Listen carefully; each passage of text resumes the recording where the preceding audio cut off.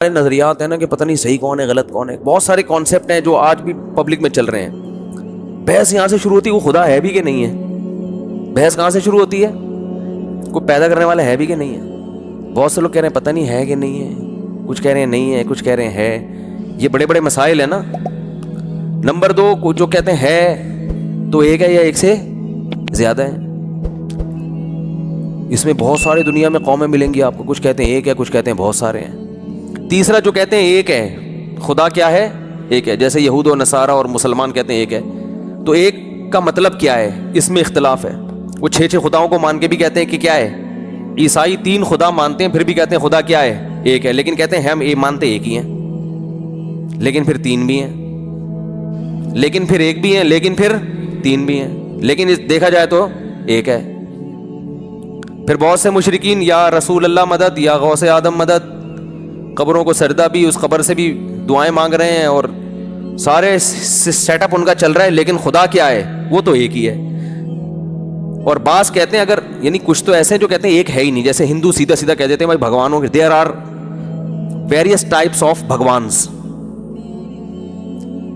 ہے بھائی صحیح بولا نا میں نے؟ There are a lot of types of بھگوانس. بھگوانز نہیں ہوگا وہ, بھگوان کی تو پھر آگے ٹائپس بہت ساری ہو جائیں گی نا. بھگوانز ہی ہو گئے تو پھر کیا فائدہ. یہ ایسے جیسے مٹھائیوں کی بہت قسمیں, تو بھائی مٹھائی کی بہت قسمیں ہوں گی نا, جب قسمیں ہوں گی تو مٹھائی بن جائیں گی. تو there are a lot of types of بھگوان ہندو کہتا ہے. تو اتنی ٹائپس ہیں ان کے ہاں کہ کسی کو بھی کوئی بھی چیز بنی ہوئی ہو نا, جیسے اگر کہیں مٹی کا کوئی کچھ گارا رکھا ہوا ہے, آپ جا کے 2 اس کے ایسے کر کے مار دو اس کی سر میں, 2 انگلیاں گھسیڑ دو, ایک بنٹا لگا دو لا کے, بس وہ بھی کیا اٹ از کالڈ بھگوان.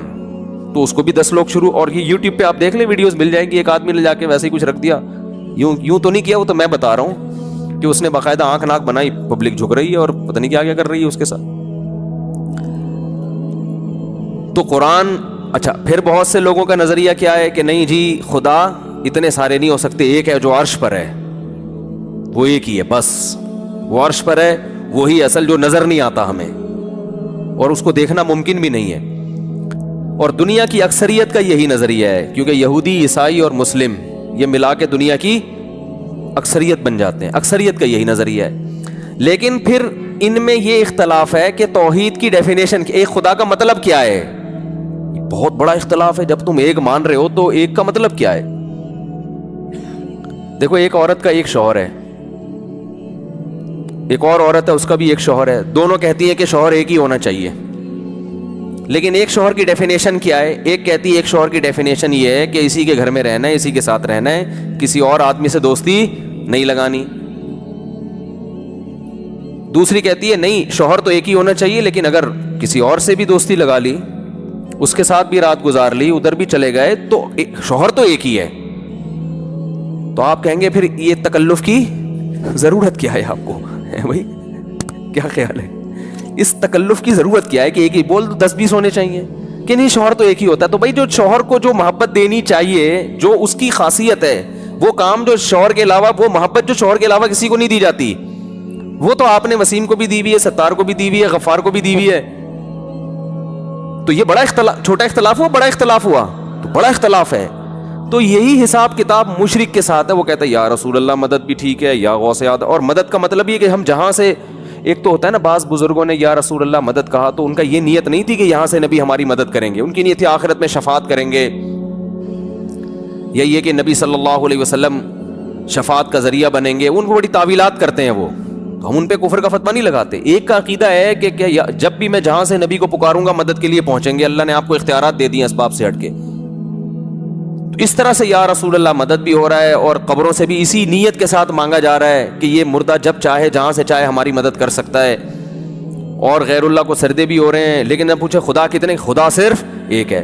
تو جیسے ایک عورت نے شوہر سے جو محبت کرنی چاہیے وہ 20 آدمیوں سے وہ محبت کر رہی ہے, لیکن جب پوچھو تو کہتی ہے شوہر صرف ایک ہی ہے, تو ہم اسے کہیں گے اس تکلف کی ضرورت نہیں ہے, خام خامے یہ کہنا کہ ایک ہی ہوتا ہے. تو ایسے ہی ایسے مشرک سے جو جب ضرورت پڑتی ہے یا غوث آدم مدد, جب مصیبت میں آتا ہے تو اولیاء اللہ کو پکارتا ہے, اور قبروں پہ جانور بھی ذبح ہو رہے ہیں مردے کو خوش کرنے کے لیے. جو سارے کام جو اللہ کے خاصہ ہیں وہ آپ سارے غیر اللہ کو دیکھو. عیسائی حضرت عیسیٰ سے باقاعدہ مدد مانگتے ہیں, دعائیں مانگتے ہیں ان سے.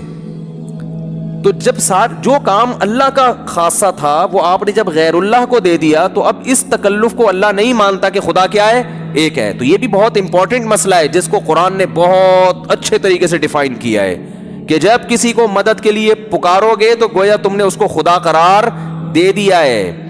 کیونکہ قرآن نے بتایا بار بار کہ مشرکین مکہ, ان سے جب پوچھا جاتا ہے کہ کون آسمان و زمینوں کا خالق, وہ کہتے ہیں اللہ, اللہ کے سوا کوئی بھی نہیں. مشرکین بھی کہتے تھے ہم صرف اللہ کو مانتے ہیں. تو اللہ کہتے تھے پھر ان کے علاوہ کسی اور کو پکارتے کیوں ہو, ان کے علاوہ کسی اور کو پکارتے کیوں. اس کا مطلب جو اللہ کا خاصہ ہے وہ آپ نے ان کو دے دیا. تو یہ والی توحید اللہ نہیں مانتا, اس کو اللہ مشرک قرار دیتا ہے. سمجھ میں نہیں آ رہی میرا خیال ہے بات. تو یہ بہت بڑا مسئلہ ہے. ایک اور مسئلہ پھر اس کے بعد جا کے یہ آتا ہے کہ اگر ایک ہی ہے, چلو کسی اور کو ہم پکار بھی نہیں سکتے, بس وہ ایک ہی ہے. تو مشرکین میں ایسے لوگ تھے جو کہتے تھے صرف وہ خدا ہے, لیکن وہ کہتے تھے اس خدا نے, اگلا پھر سوال ہے کہ اس خدا نے اس کائنات کو جو بنایا, انسانوں کو بنایا, اکیلے نے بنایا, عبادت کا مستحق بھی وہی ہے, تو کیا کوئی مقصد کے تحت بنایا ہے یا ایویں ہی بنا دیا بس. یہ بہت بڑا سوال ہے. اس سوال کا جواب دیے بغیر آپ زندگی نہیں گزار سکتے. کیونکہ اگر ایسے ہی بنا دیا ہے, کوئی مقصد تو اس کے پیش نظر نہیں تھا, تو چلو بنا دیا اس نے. اچھا سوال یہ پیدا ہوتا ہے کہ جو مشرکین مکہ یہ کہتے تھے کہ خدا ہے, ایک ہے, اور اس نے ہمیں بنایا لیکن کوئی مقصد نہیں ہے بنانے کا, تو وہ پھر خدا کی عبادت کے قائل کیوں تھے؟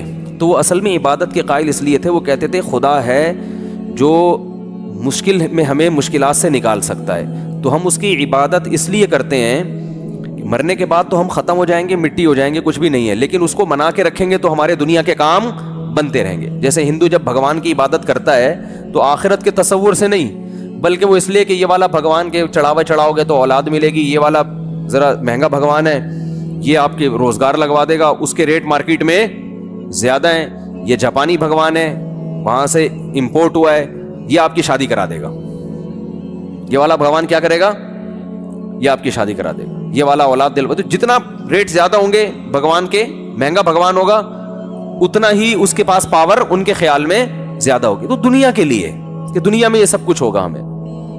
جیسے آج بھی کچھ لوگ آتے ہیں نا, مسجد میں نماز پڑھ رہے ہوتے ہیں, وظیفہ پڑھ رہے ہوتے ہیں, اللہ کا نام لے رہے ہوتے ہیں. بھائی کیوں لے رہے ہو یار؟ وہ میرا کام اٹکا ہوا ہے, مجھے کسی نے کہا ہے کہ یہ والی آیت کریمہ اتنی دفعہ پڑھو گے تو یہ کام ہو جائے گا. جائز ہے, میں ناجائز نہیں کہہ رہا, میں تو صرف یہ بتا رہا ہوں کہ بہت سے لوگ دنیا میں ایسے ہیں جو یہ نہیں مانتے کہ اللہ نے کسی مقصد کے لیے بنایا ہے, کوئی اس کا ایک ہدف تھا اس کے سامنے, وہ یہ نہیں مانتے, لیکن پھر بھی اللہ کی عبادت کو وہ مانتے ہیں. تو بعض کافر نبی صلی اللہ علیہ وسلم کے دور میں ایسے بھی تھے جو اللہ کی توحید کے تو قائل تھے, مگر اس کے قائل نہیں تھے کہ آخرت میں کوئی حساب و کتاب ہے, موت کے بعد زندگی ہے, بلکہ وہ کہتا ہے یہ ممکن نہیں ہے مرنے کے بعد کوئی دوبارہ زندہ ہو, خدا یہ کام نہیں کرے گا, کیونکہ یہ عقل سے بعید ہے. کرنا ہوتا تو کوئی دو چار تو مردے زندہ کر کے دکھاتا نا ہمارے سامنے. سمجھ میں نہیں آ رہی میرا خیال ہے بات. اس کی مثال ایسے جیسے خدا کر تو سکتا ہے لیکن جو کام نہیں کرتا اس کا مطلب وہ بعد میں بھی نہیں کرے گا. اس کی مثال ہے, میں آپ کے پاس آؤں کہ یار یہ خربوزے کا بیج ہے, اس کو زمین میں ڈال کے انار کا درخت اگاؤ, تو آپ کہیں گے بھائی یہ تو نہیں ہو سکتا.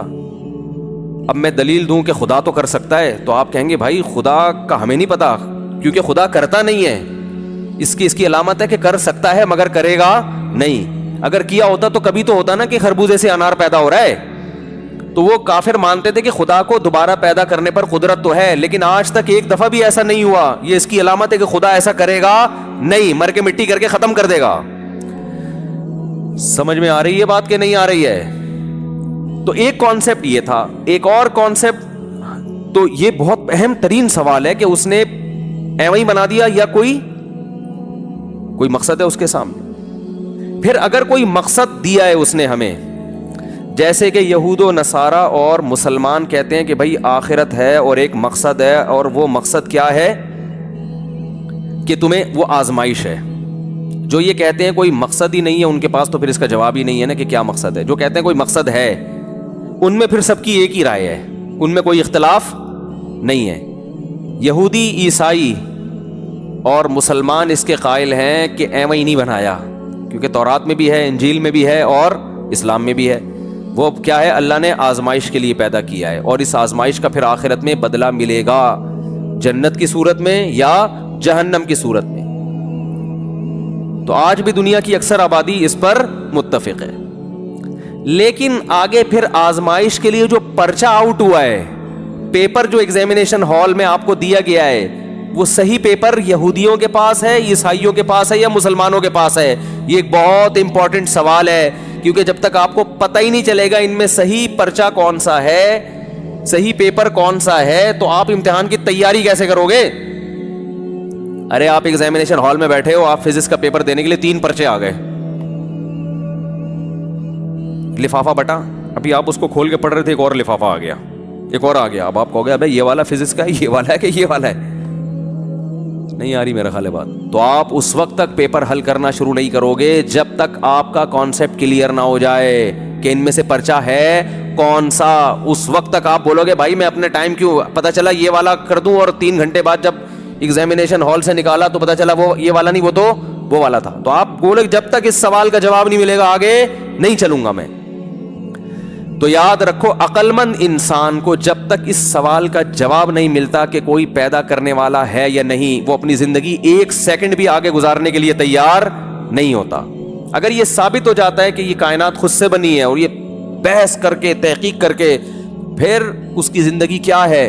آزاد. اس کا لائف اسٹائل مکمل چینج، کیونکہ پھر زندگی نام ہے عیاشی کا، کوئی مقصد نہیں ہے، کوئی ہدف نہیں ہے. لائف کو کیا کرو؟ انجوائے کرو، مزے اڑاؤ، چرس پیو، سٹے لگاؤ، نائٹ کلبوں میں جاؤ، جتنا ناچ سکتے ہو، ڈانس کر سکتے ہو کرو. پھر تو مزوں کی ایک دنیا ہے بس. کہ عجیب بات ہے، مزے آتے نہیں ہیں ایسے آدمی کو، یہ عجیب ہے حساب کی. وہ بظاہر مزے کی ہو جائے گی لیکن حقیقت میں ہوگی نہیں. اس کی کیا دلائل ہے وہ پھر ابھی ٹاپک نہیں ہے. لیکن بہرحال اس کا مطلب کیا ہے؟ پھر یہ اتوار کا بیان، ہفتے کا بیان، جمعے کی نماز، اس دن ٹوپی پہن کے جا رہے تھے. یہ بھی ہوتا ہے نا، وہ جتنا بھی گناہگار سے گناہگار مسلمان ہو، کبھی نہ کبھی تھوڑی دیر کے لیے ٹوپی تو وہ پہن لیتا ہی ہے. انگریز تو 5 منٹ کے لیے بھی ٹوپی نہیں پہنتے نا. تو چائنا کی جالیوں والی ٹوپی پہن کے کبھی کبھار، جیسے وہ ایک صاحب تھے، سیاسی لیڈر، کوئی بڑے آدمی تھے، ان کا انتقال ہو گیا، تو بحث ہو رہی تھی. کوئی کہتا ہے بھائی یہ بڑے بے دین تھے، یہ کوئی کہہ رہا تھا نہیں دیندار تھے. تو ایک طالب علم تھا ہمارے مدرسے میں، بڑا مزہ آئی. اس نے کہا میں نے ایک دفعہ ان کو ٹوپی پہنے ہوئے دیکھا تھا، اس کی علامت ہے کہ وہ نیک آدمی تھے. یعنی ایک اور کچھ عمل تو سامنے آ نہیں رہا، تو چلو ایک دفعہ ٹوپی پہنے ہوئے میں نے دیکھا تھا. اس کا مطلب اتنے بھی برے، کیونکہ لبرل آدمی تو ایک دفعہ بھی ٹوپی پہنتے ہوئے شرم آتی ہے کہ یار لوگ کیا کریں گے، ملا بن گیا ہے. تو پھر جو ہے نا، اگر کوئی نہیں ہے تو یار پھر آپ کا لائف اسٹائل مکمل کیا ہونا چاہیے؟ چینج. پھر یہ شادی بیاہ کے تکلفات، سالے، ساس، جٹھانیاں، ٹوپی ڈرامے ہیں بھائی. یہ جاؤ ٹکٹ کٹاؤ، امریکہ جاؤ، بوائے فرینڈ رکھو، اور لڑکیاں بوائے فرینڈ رکھیں. سمجھ میں آ رہا ہے 4 دن بعد وہ وسیم اس سے زیادہ ہینڈسم آیا، اب اس کو ہٹا یار، وہ ٹھیک ہے زیادہ ٹھیک ہے. انجوائے کرنا ہے تو پھر انجوائے کرنے کا میں کوئی کسر چھوڑنی نہیں چاہیے. پھر یہ چھوڑ دو ٹوپی ڈرامے جو ہے نا، عید، بقرعید، رمضان میں 1 روزہ بھی کیوں رکھ رہے ہو؟ ٹھیک ہے نا، 1 بھی کیوں رکھ رہے ہو؟ اگر ڈاکٹر نے ڈائٹنگ کا کہا ہے تو 10 روزے رکھو، نہیں کہا تو 1 بھی نہ رکھو. پھر مفتیوں سے نہیں پوچھو کہ روزہ فرض ہے نہیں، ڈاکٹر سے پوچھو کہ مجھے کھانا ہے کہ نہیں کھانا. ڈاکٹر کہے بھوکا رہو تو بھوکے رہ لو، کیونکہ صحت اچھی ہوگی تو لائف کو انجوائے کر سکو گے. پھر کماؤ پیسے، یہ بہت اہم سوال ہے. اور اگر کوئی ہے، یعنی یہ سوال کا جواب ضروری ہے یا نہیں ہے مجھے بتاؤ نا، کیونکہ لائف پر اس طرح یہ فضول سوالات نہیں ہیں کہ حضرت یوسف علیہ السلام کی زلیخا سے شادی ہوئی تھی کہ نہیں ہوئی تھی. لوگ یہ بھی سوال پوچھتے ہیں نا. ارے لوگ مجھ سے سوال پوچھتے ہیں کہ جو زلیخا، عزیز مصر کی بیوی زلیخا، اس کا پتہ نہیں نام تھا نہیں تھا، لیکن مشہور یہی ہے کہ اس کی بعد میں اینڈ میں یوسف علیہ السلام سے شادی ہوئی تھی کہ نہیں ہوئی تھی.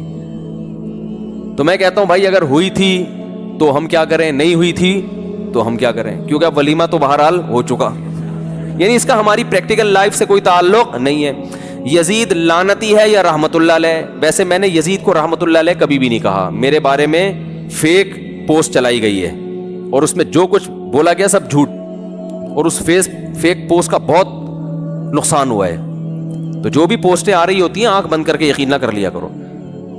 اب قطع نظر اس سے کہ وہ لعنت اللہ علیہ ہے یا رحمت اللہ علیہ، بھائی آپ نے اپنی قبر میں جانا ہے، آپ سے آپ کے بارے میں سوال ہوگا. لوگ کہتے ہیں ظالم کو لعنت اللہ علیہ نہ کریں، تو ظالم تو پھر دنیا میں بہت ہے. سب کا نام لے لے کے لعنت اللہ کہنا شروع کیا تو آپ کی زندگی ختم ہو جائے گی، لعنت اللہ کا لفظ ختم نہیں ہوگا. بات آ رہی ہے سمجھ میں؟ وہ تو پھر حضرت عثمان کے قاتل پہ بھی لعنت اللہ علیہ. ہم تو کہتے ہیں حضرت حسین کو جس نے قتل کیا لعنت اللہ، لیکن اب اس کے علاوہ بھی تو دنیا میں غم ہے نا. جو بھی حسین کا قاتل ہے اللہ کی 100 لعنتیں، ہماری بد دعا ہے اس کے لیے، لیکن بس دے دی لعنت. اب یہی تھوڑی کہ سارا دن ہر محرم میں یہی ایک پروگرام چلتا رہے، یزید اور وہ قصے کہانیاں وہی لے کے صبح سے شام ایک ہی ٹاپک ہو اور پوری قوم اسی پہ چل رہی ہو. تو اس کا ہماری پریکٹیکل لائف سے تعلق بولو بھائی نہیں ہے. زکریا علیہ السلام تو پیغمبر تھے نا، ان کا مقام تو نواسہ رسول سے بڑا تھا، کیونکہ پیغمبروں کا مقام پوری اہل سنت والجماعت کا اجماع ہے کہ کوئی امتی پیغمبر کے برابر. تو بڑے بڑے دنیا میں لوگ ہیں، بڑے بڑے بزرگان دین ہیں، صحابہ ہیں، تابعین ہیں، پیغمبر ہیں جن کو قتل کیا گیا. تو بھائی ظالم دنیا میں بہت ہیں. آپ وہ کام کرو جس کا آپ کی پریکٹیکل لائف سے تعلق. تبھی قرآن جب ظالموں کے واقعات بیان کرتا ہے نا، تو قرآن پتہ ہے کیا کہتا ہے؟ تلک امۃ قد خلت، یہ قوم تھی جو گزر چکی ہے، لہا ما کسبت، انہوں نے جو کمایا اس کا بدلہ ان کو ملے گا، وَلَكُمْ مَا كَسَبْتُمْ، تم اپنے عمل کو فوکس کرو، تم جو کرو گے تمہیں اس کا بدلہ ملے گا. تو عمل کو فوکس کرو، عمل جو تمہیں آرڈر دیے جا رہے ہیں اس پر کتنا عمل کر رہے ہو. عمل ہمارا 0، لعنتیں بھیجنے میں فلاں نے یہ کر دیا، فلاں نے یہ کر دیا، فلاں نے یہ کر دیا، فلاں نے یہ کر دیا. بھائی ٹھیک ہے کر دیا، برا کیا، ایک دفعہ بیان بھی ہو سکتا ہے، باقی تو اپنے آپ کو ٹھیک کرنے کی کوشش زیادہ ہونی چاہیے. اپنے آپ کو، اپنی قوم کو، کہ بھئی رشوت لے رہے ہیں لوگ، والدین کے حقوق ادا نہیں کر رہے، نماز میں کوتاہی کر رہے ہیں، یتیموں کا مال کھا رہے ہیں، بہنوں کو وراثت نہیں دے رہے ہیں، جھوٹ بول رہے ہیں. عدالتوں میں کتنا جھوٹ چل رہا ہے. میں نے بھی جمعے کے بیان میں وہ ریکارڈنگ ختم ہو گئی تھی اس وقت بتایا، وہ ریکارڈنگ اتفاق سے ہوئی نہیں. اتنا خاندانی جھوٹ ہماری عدالتوں میں چل رہا ہے نا کہ ایک صاحب نے بتایا کہ پولیس والے جب یہ کھڑے ہو کر کہتے ہیں نا لا الہ الا اللہ پڑھ کے جو کچھ کہوں گا سچ کہوں گا، فلانے کے گاڑی سے 3 کلو چرس نکلی ہے. تو میں نے ایک پولیس والے کو پکڑ لیا، میں نے کہا کیا تم نے دیکھا؟ کہہ رہے ہم نے تو بندہ ہی نہیں دیکھا، اس کی گاڑی کہاں دیکھی ہم نے؟ نہ ہم نے بندہ دیکھا نہ اس کی ہم نے گاڑی دیکھی. 3 کلو چرس ہم نے کلمے کے ساتھ نکال لیا عدالت میں. میں نے کہا یہ تو ظلم ہے. کہہ رہے ہیں مجبور ہیں، گن پوائنٹ پہ جو ہے نا یہ سارے کام ہو رہے ہیں. نئی جھوٹی قسم اٹھائیں گے. سب جگہ میں مانتا ہوں نہیں ہوتا، سارے پولیس والے بھی ایسے نہیں ہوتے، لیکن وہ جو نیچے کے پولیس والے مجبور ہوتے ہیں اپنے آفیسر کے آگے، وہ کہتے ہیں نہیں تو فوراً جاب سے نکال دیا جائے گا، جاب سے نکال دیتے ہیں. میں مانتا ہوں کہ ہر جگہ ہر ایک نہیں کرتا یہ، لیکن یہ بھی ہو رہا ہے عدالتوں میں، سب کو پتا ہے کہ ہو رہا ہے. تو یہ کیوں ہو رہا ہے؟ جب ہماری صبح سے شام تقریریں دائیں بائیں گھومیں گی اور ان تاریخی واقعات ہی کو صبح سے شام لپیٹتے رہیں گے تو آپ اپنی اصلاح سے کیا ہو جائیں گے؟ غافل. تو اس پہ ضرورت ہے فوکس کرنے کی. خیر، تو میں یہ عرض کر رہا تھا کہ یہ امپورٹنٹ سوال ہیں کہ خدا ہے یا نہیں ہے تو کتنے ہیں، کیونکہ اس کا ہماری پریکٹیکل لائف سے تعلق. اگر خدا نہیں ہے لائف کو کیا کرنا ہے؟ انجوائے. پھر ابا کو اولڈ ہوم میں جمع کراؤ، کیونکہ ٹینشن ہے خام خواہ کی. انہوں نے تو لائف گزار لی، اب آپ کی لائف میں کھانس کے کیا کر رہے ہیں؟ ٹینشن کا سبب بن رہے ہیں، بلا وجہ کھانس رہے ہیں. چلو وہ تو بڑھاپے کی وجہ سے کھانس رہے ہیں، جراثیم کہاں جا رہے ہیں؟ پورا گھر میں جراثیم پھیل رہے ہیں، ٹھیک ہے نا. تو اور پھر تکلیف تو ہوتی ہے نا کھانسنے سے، ڈسٹربنس پھیل رہی ہے اس سے معاشرے میں. تو اس لیے لبرل لوگ ابا کو ایک اچھے سے ہاسپٹل میں ایڈمٹ کرا کے وہیں پیسے دے دیتے ہیں کہ اب ان کو کہاں رکھنا ہے آپ نے. جو نام نہاد لبرل ہیں ان کی بات کر رہا ہوں. تو یہ سوال بہت امپورٹنٹ ہے. دوسرا، اگر خدا ایک ہے، اگر خدا ہے تو ایک ہے یا ایک سے زیادہ؟ کیونکہ اس کا عملی زندگی سے تعلق ہے. اگر خدا نے دوسروں کو بھی اختیارات دیے ہوئے ہیں تو پھر کب خدا سے مانگے، کب غوث اعظم سے مانگے، کب بھگوان کے پاس جائیں؟ وہ تو یہ تو ساری زندگی آدمی بوکھلا کر شکار ہی رہے گا. یار گیا ادھر تھا اولاد کے لیے، ہو سکتا ہے اولاد کا اختیار اس کے پاس ہو، کوئی دلیل تو نہ اس کی ہے نا. ابا سے سنا تھا وہ والا، کیونکہ مہنگا بھگوان ہے، جب کاروبار کا مسئلہ ہوگا تو وہ مسئلہ حل کرے گا. اور ماموں سے سنا تھا کہ شادی والا بھگوان وہ ہے, تو ابا اور ماموں بھی تو آپ جیسے ہی ہیں نا.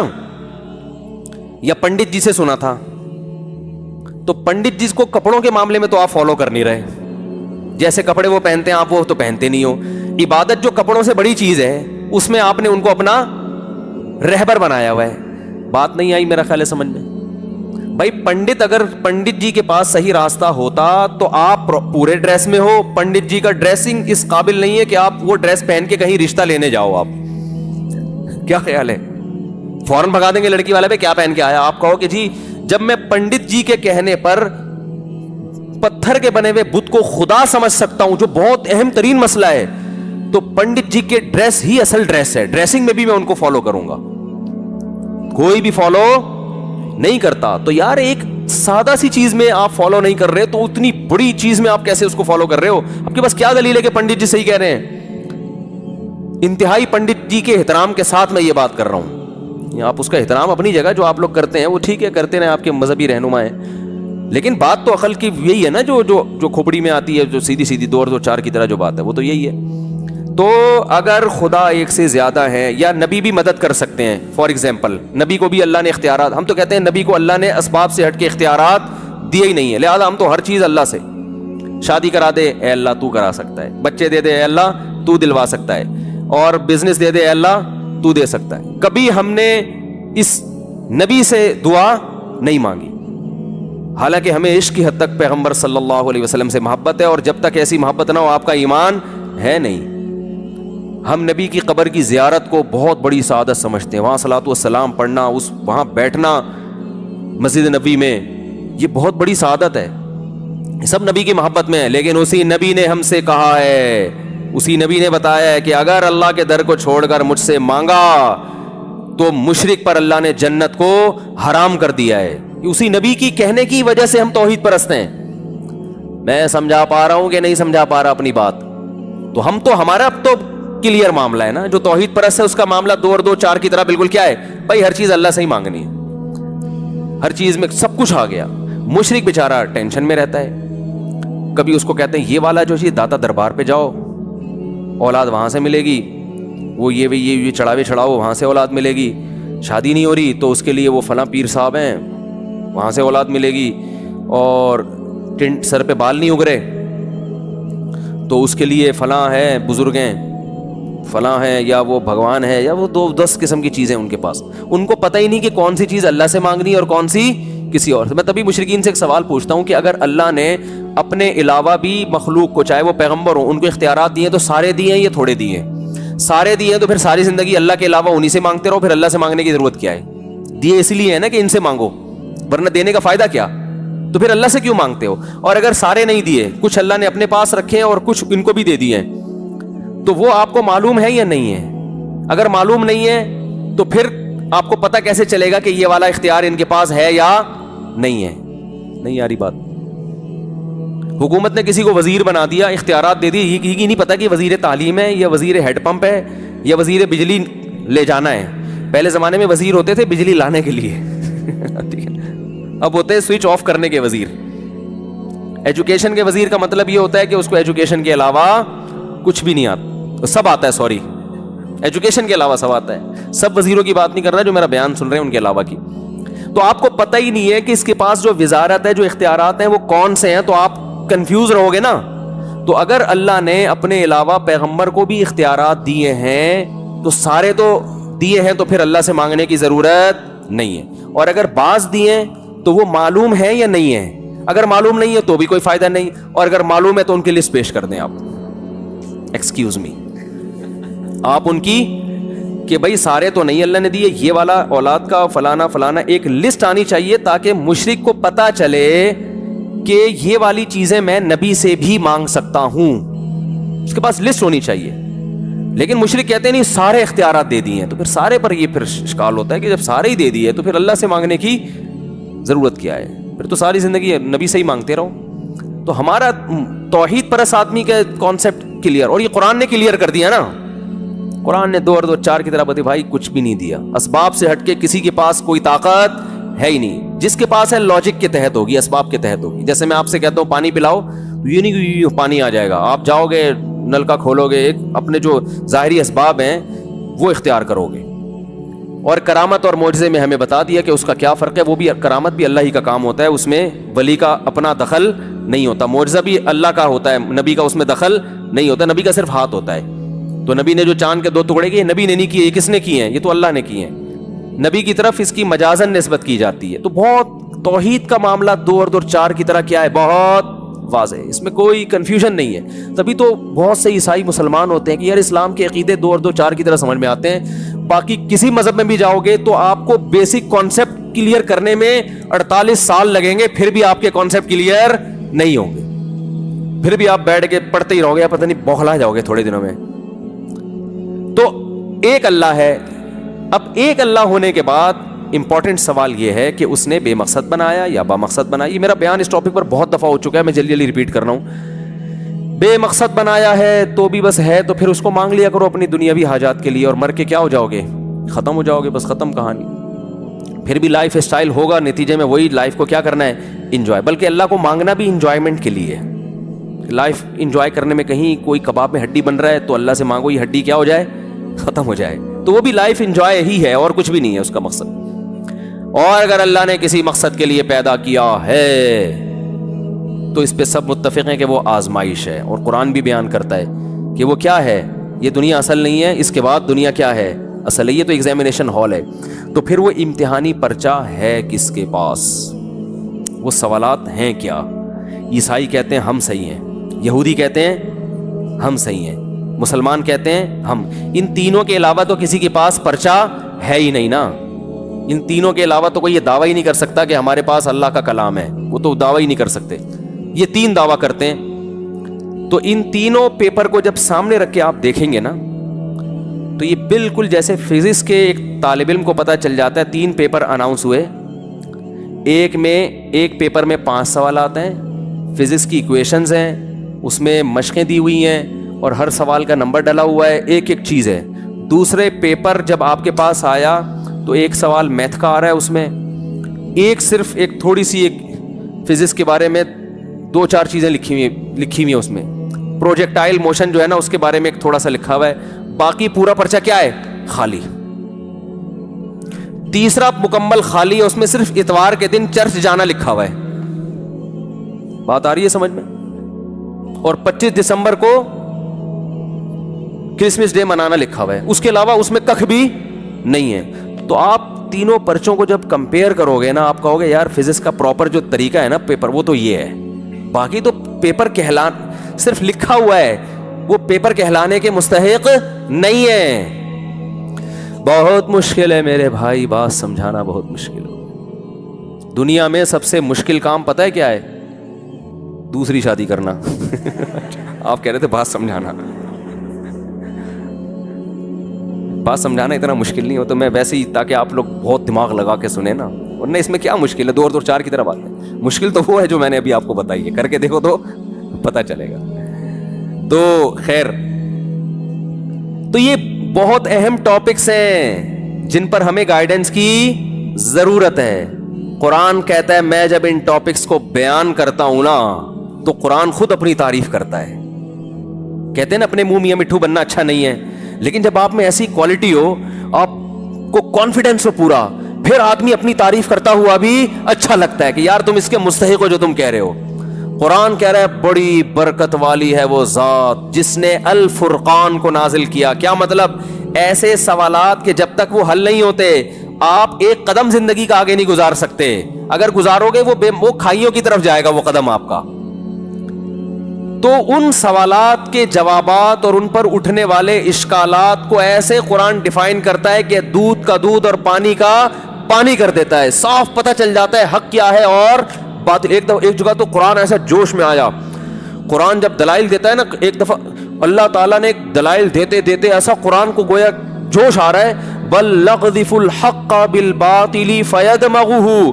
اللہ فرماتے ہیں ہم جب دلائل دیتے ہیں نا تو ہم حق کو اٹھا کے باطل پہ ایسا کھینچ کے مارتے فیدمغه کہ باطل کا دماغ نکال کے باہر پھینک دیتا ہے. وہ کیا انداز ہے قرآن کا. جیسے آپ کہتے ہیں نا کہ میں نے, ایک ہوتا ہے آپ کو کوئی ڈرا رہا ہو کہ ابے وہ جو بندہ ہے نا اس سے نہیں لڑنا, اس سے پنگا. ایک تو آپ لوگ کو بولنے پر پتہ نہیں کیا تکلیف ہو رہی ہے یار, بول دو نہیں لینا, اس میں کیا جا رہا ہے. ایک اسٹائل یہ ہوتا ہے نا کہ آپ کو کوئی کہہ رہا ہے کہ یار وہ آدمی جو ہے نا اس سے نہیں لڑنا, تم بڑے پہلوان ہو, تم بڑے بہت لوگوں کو تم پچھاڑ چکے ہو, لیکن وہ جو سامنے بندہ آ رہا ہے نا وہ بڑا پہلوان ہے, اس سے پنگا نہیں لینا, اس سے نہیں پنگا لینا. آپ بڑے فنٹر, آپ نے پنگا لے لیا اور آپ پٹ پٹا کے طبیعت سے آ گئے جیسے نارملی ہوتا ہے. لیکن ہوا کچھ برعکس, آپ کو اتنا اپنے اوپر اعتماد ہے, اتنا کانفیڈینس ہے, آپ کو پتا ہے بھائی یہ جو پہلوان بنا پھرتا ہے یہ میرے ٹکر کا نہیں, ہم لے گا پنگا, ہم لڑائی کرے گا.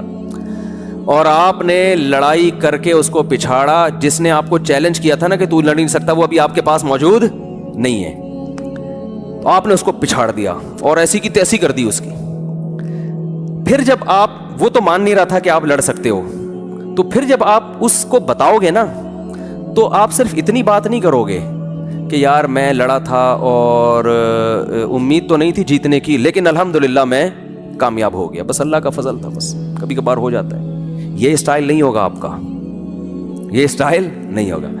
آپ بولو گے بیٹا تو بات کر, تو مجھے کہہ رہا تھا کہ تو لڑ نہیں سکتا, میں نے ایسا پنچ مارا ہے کہ اس کا بھیجا نکال کے باہر پھینک دیے, جا کے دیکھ کھوپڑی الگ پڑی ہوئی ہے اور مغز الگ پڑا ہوا ہے. یہ اسٹائل ہوگا کہ نہیں ہوگا؟ یہ جب ہوگا جب آپ کام بھی ایسا کر کے آؤ اور آپ میں اتنا کانفیڈنس ہو. تو قرآن کہہ رہا ہے باطل گویا ایک پہلوان ہے. جتنے باطل ہے نا, جو کہتے ہیں خدا نہیں ہے وہ بھی باطل ہے, جو کہتے ہیں خدا ہے مگر ایک نہیں ایک سے زیادہ ہے وہ بھی باطل ہے, جنہوں نے ہزاروں بھگوانوں کو مانا ہوا ہے. جو کہتے ہیں خدا ایک سے ایک ہے لیکن وہ بے مقصد پیدا کیا اس نے, یہ بھی باطل ہے. جو کہتے ہیں با مقصد پیدا کیا لیکن مقصد ہمارے پاس ہے, اسلام کے پاس نہیں ہے, عیسائیت اور یہودیت, وہ کہتے ہیں مقصد یہ ہے جو ہم بتا رہے ہیں. تو قرآن کہہ رہے ہیں ان تمام باطلوں کو اکھاڑے میں لا کے قرآن ان کی کھوپڑی پر ایسے پنچ لگاتا ہے کہ یہ مرتے نہیں ہیں. موت تو ہلکی چیز ہے بھائی, کیونکہ مر جاتا ہے نا کوئی بندہ تو جا کے چیک کرنا پڑتا ہے مرا بھی ہے کہ نہیں مرا. تو باطل کو اللہ اس طرح ڈیفائن نہیں کرتا کہ ڈیفائن کرنے کے بعد آپ چیک کریں واقعی باطل کا ستیہ ناش ہوا ہے کہ نہیں ہوا, ایسا نہیں ہے. یہ تو پھر تمہیں چیک کرنا پڑے گا, پتہ نہیں یہ باطل کا بطلان ہوا بھی ہے کہ نہیں ہوا. اللہ فرماتے ہیں ایسا پنچ لگتا ہے ان کی کھوپڑی پر کہ ان کا مغز اڑ جاتا ہے. کھوپڑی سے جس کا مغز نکل کے گرے نا اسے دیکھتے ہی کہہ دیتا آدمی یہ مر گیا بھائی, اس کے زندہ ہونے کا کوئی چانس. کیونکہ جب مرتا ہے نا تو ڈاکٹر کو بلایا جاتا ہے, نبض چیک کی جاتی ہے, بھائی سکتے میں نہ آیا ہو. ایک آدمی کی ساس کا انتقال ہوا, وہ انتقال نہیں سکتے میں آئی تھی, وہ ایک جھٹکا آیا اٹھ کے بیٹھ گئی. وہ کتنے کیس ہوئے کھمبے بچانے کی, بھائی میں نے بتایا نا, بیگم کو لے کے جا رہے ہیں, وہ کھمبے سے ٹکرائی, وہ اٹھ کے بیٹھ گئی. جنازہ میت لے کے جا رہے ہیں بیگم کی, کھمبے سے ٹکرائی اٹھ کے بیٹھ گئی. وہ سکتا ہوا تھا اس کو. اگلی دفعہ جب مری ہے تو لے کے جا رہے ہیں لوگ, کلمہ پڑھ رہے ہیں, کہہ رہے کھمبا بچا کے, بھائی ٹھیک ہے نا, لوگ کیا کہہ رہے ہیں کھمبا بچا. لیکن اگر اس کی بیگم اللہ نہ کرے اس کا بھیجا نکل کے گر جاتا, پھر یہ کہنے کی ضرورت, پھر کہتا کھمبے سے ٹکراؤ یا نہیں ٹکراؤ, یہ سکتے میں نہیں ہے بھائی, یہ تو پورا مغز باہر آ گیا ہے. نہیں آ رہی میرا خیال ہے بات. تو قرآن کہہ رہے ہیں ہم جب باطل پہ رد کرتے ہیں اور دلائل کے انبار لگاتے ہیں, فَيَدْمَغُهُ اس کے دماغ پہ ایسا پنچ لگاتے ہیں نا, یہ عربی کی بلاغت ہے کہ اس کا سر سے بھیجا نکال کے باہر پھینک, بشرطے کہ قرآن کوئی سمجھ کے پڑھے تو صحیح. کوئی تعصب کی اینک اتار کے جب قرآن پڑھے گا اور سمجھے گا تو اللہ فرماتے ہیں ایسا کانسیپٹ کلیئر ہوگا نا, دودھ کا دودھ اور پانی کا پانی کر کے رکھ دیں گے. فَيَدْمَغُهُ فَإِذَا هُوَ زَاهِقٌ, اور باطل پتلی گلی سے بھاگتا ہے. زاہق کا مطلب غائب ہو جاتا ہے, چھوڑتے پنپنے نہیں دیتے ہم اس کو دلائل کی دنیا میں. تو قرآن نے ایسے کانسیپٹ کلیئر کر دیے ہمارے لیے, پرچہ بتا دیا بھائی, کوئی اور پرچہ رکھا ہی نہیں ہے. تو خیر بات کہاں سے شروع ہوئی تھی, تو میں یہ عرض کر رہا تھا, ہاں پھر جب اسلام ہی کے پاس ہے پرچہ تو پھر جو اسلام کہہ رہا ہے اس کو فالو کرنا پڑے گا. اسلام کہہ رہا ہے معذرت کے ساتھ داڑھی رکھ لو, تو بڑھا لو یار, کیا ٹینشن ہو رہی ہے بار بار, کیا ہو جائے گا داڑھی اگر آپ رکھ لیں گے, تھوڑے سے ہینڈسم نظر آ رہے ہیں بغیر داڑھی کے, یہی ہو رہا ہے نا, 10-20 لڑکیاں پھنس جائیں گی, یہی ہوتا ہے لڑکوں کا کہ یار وہ لڑکیاں دیکھیں ملا سے لگ رہا ہے. او بھائی زندگی مسافر خانہ ہے یار, کیا کرنا ہے. جب نبی نے حکم دے دیا عفو اللحیٰ, داڑھی بڑھاؤ, اللہ نے موسیٰ علیہ السلام کو کچھ چیزیں تورات میں محفوظ ہے, ابھی داڑھی بھی محفوظ ہے, تبھی یہودی بڑی بڑی داڑیاں رکھتے ہیں. یہودیوں سے عبرت حاصل کر لو. اور ابھی بھی تو میں نے خود پڑھا ہے تورات میں کہ اللہ نے موسیٰ علیہ السلام کو کوہ طور پہ بلا کے کہا کہ اپنی قوم کو حکم دیں کہ داڑھی نہ کاٹو. اور کیا ہوتا ہے, یہودیت عیسائیت سے زیادہ محفوظ ہے.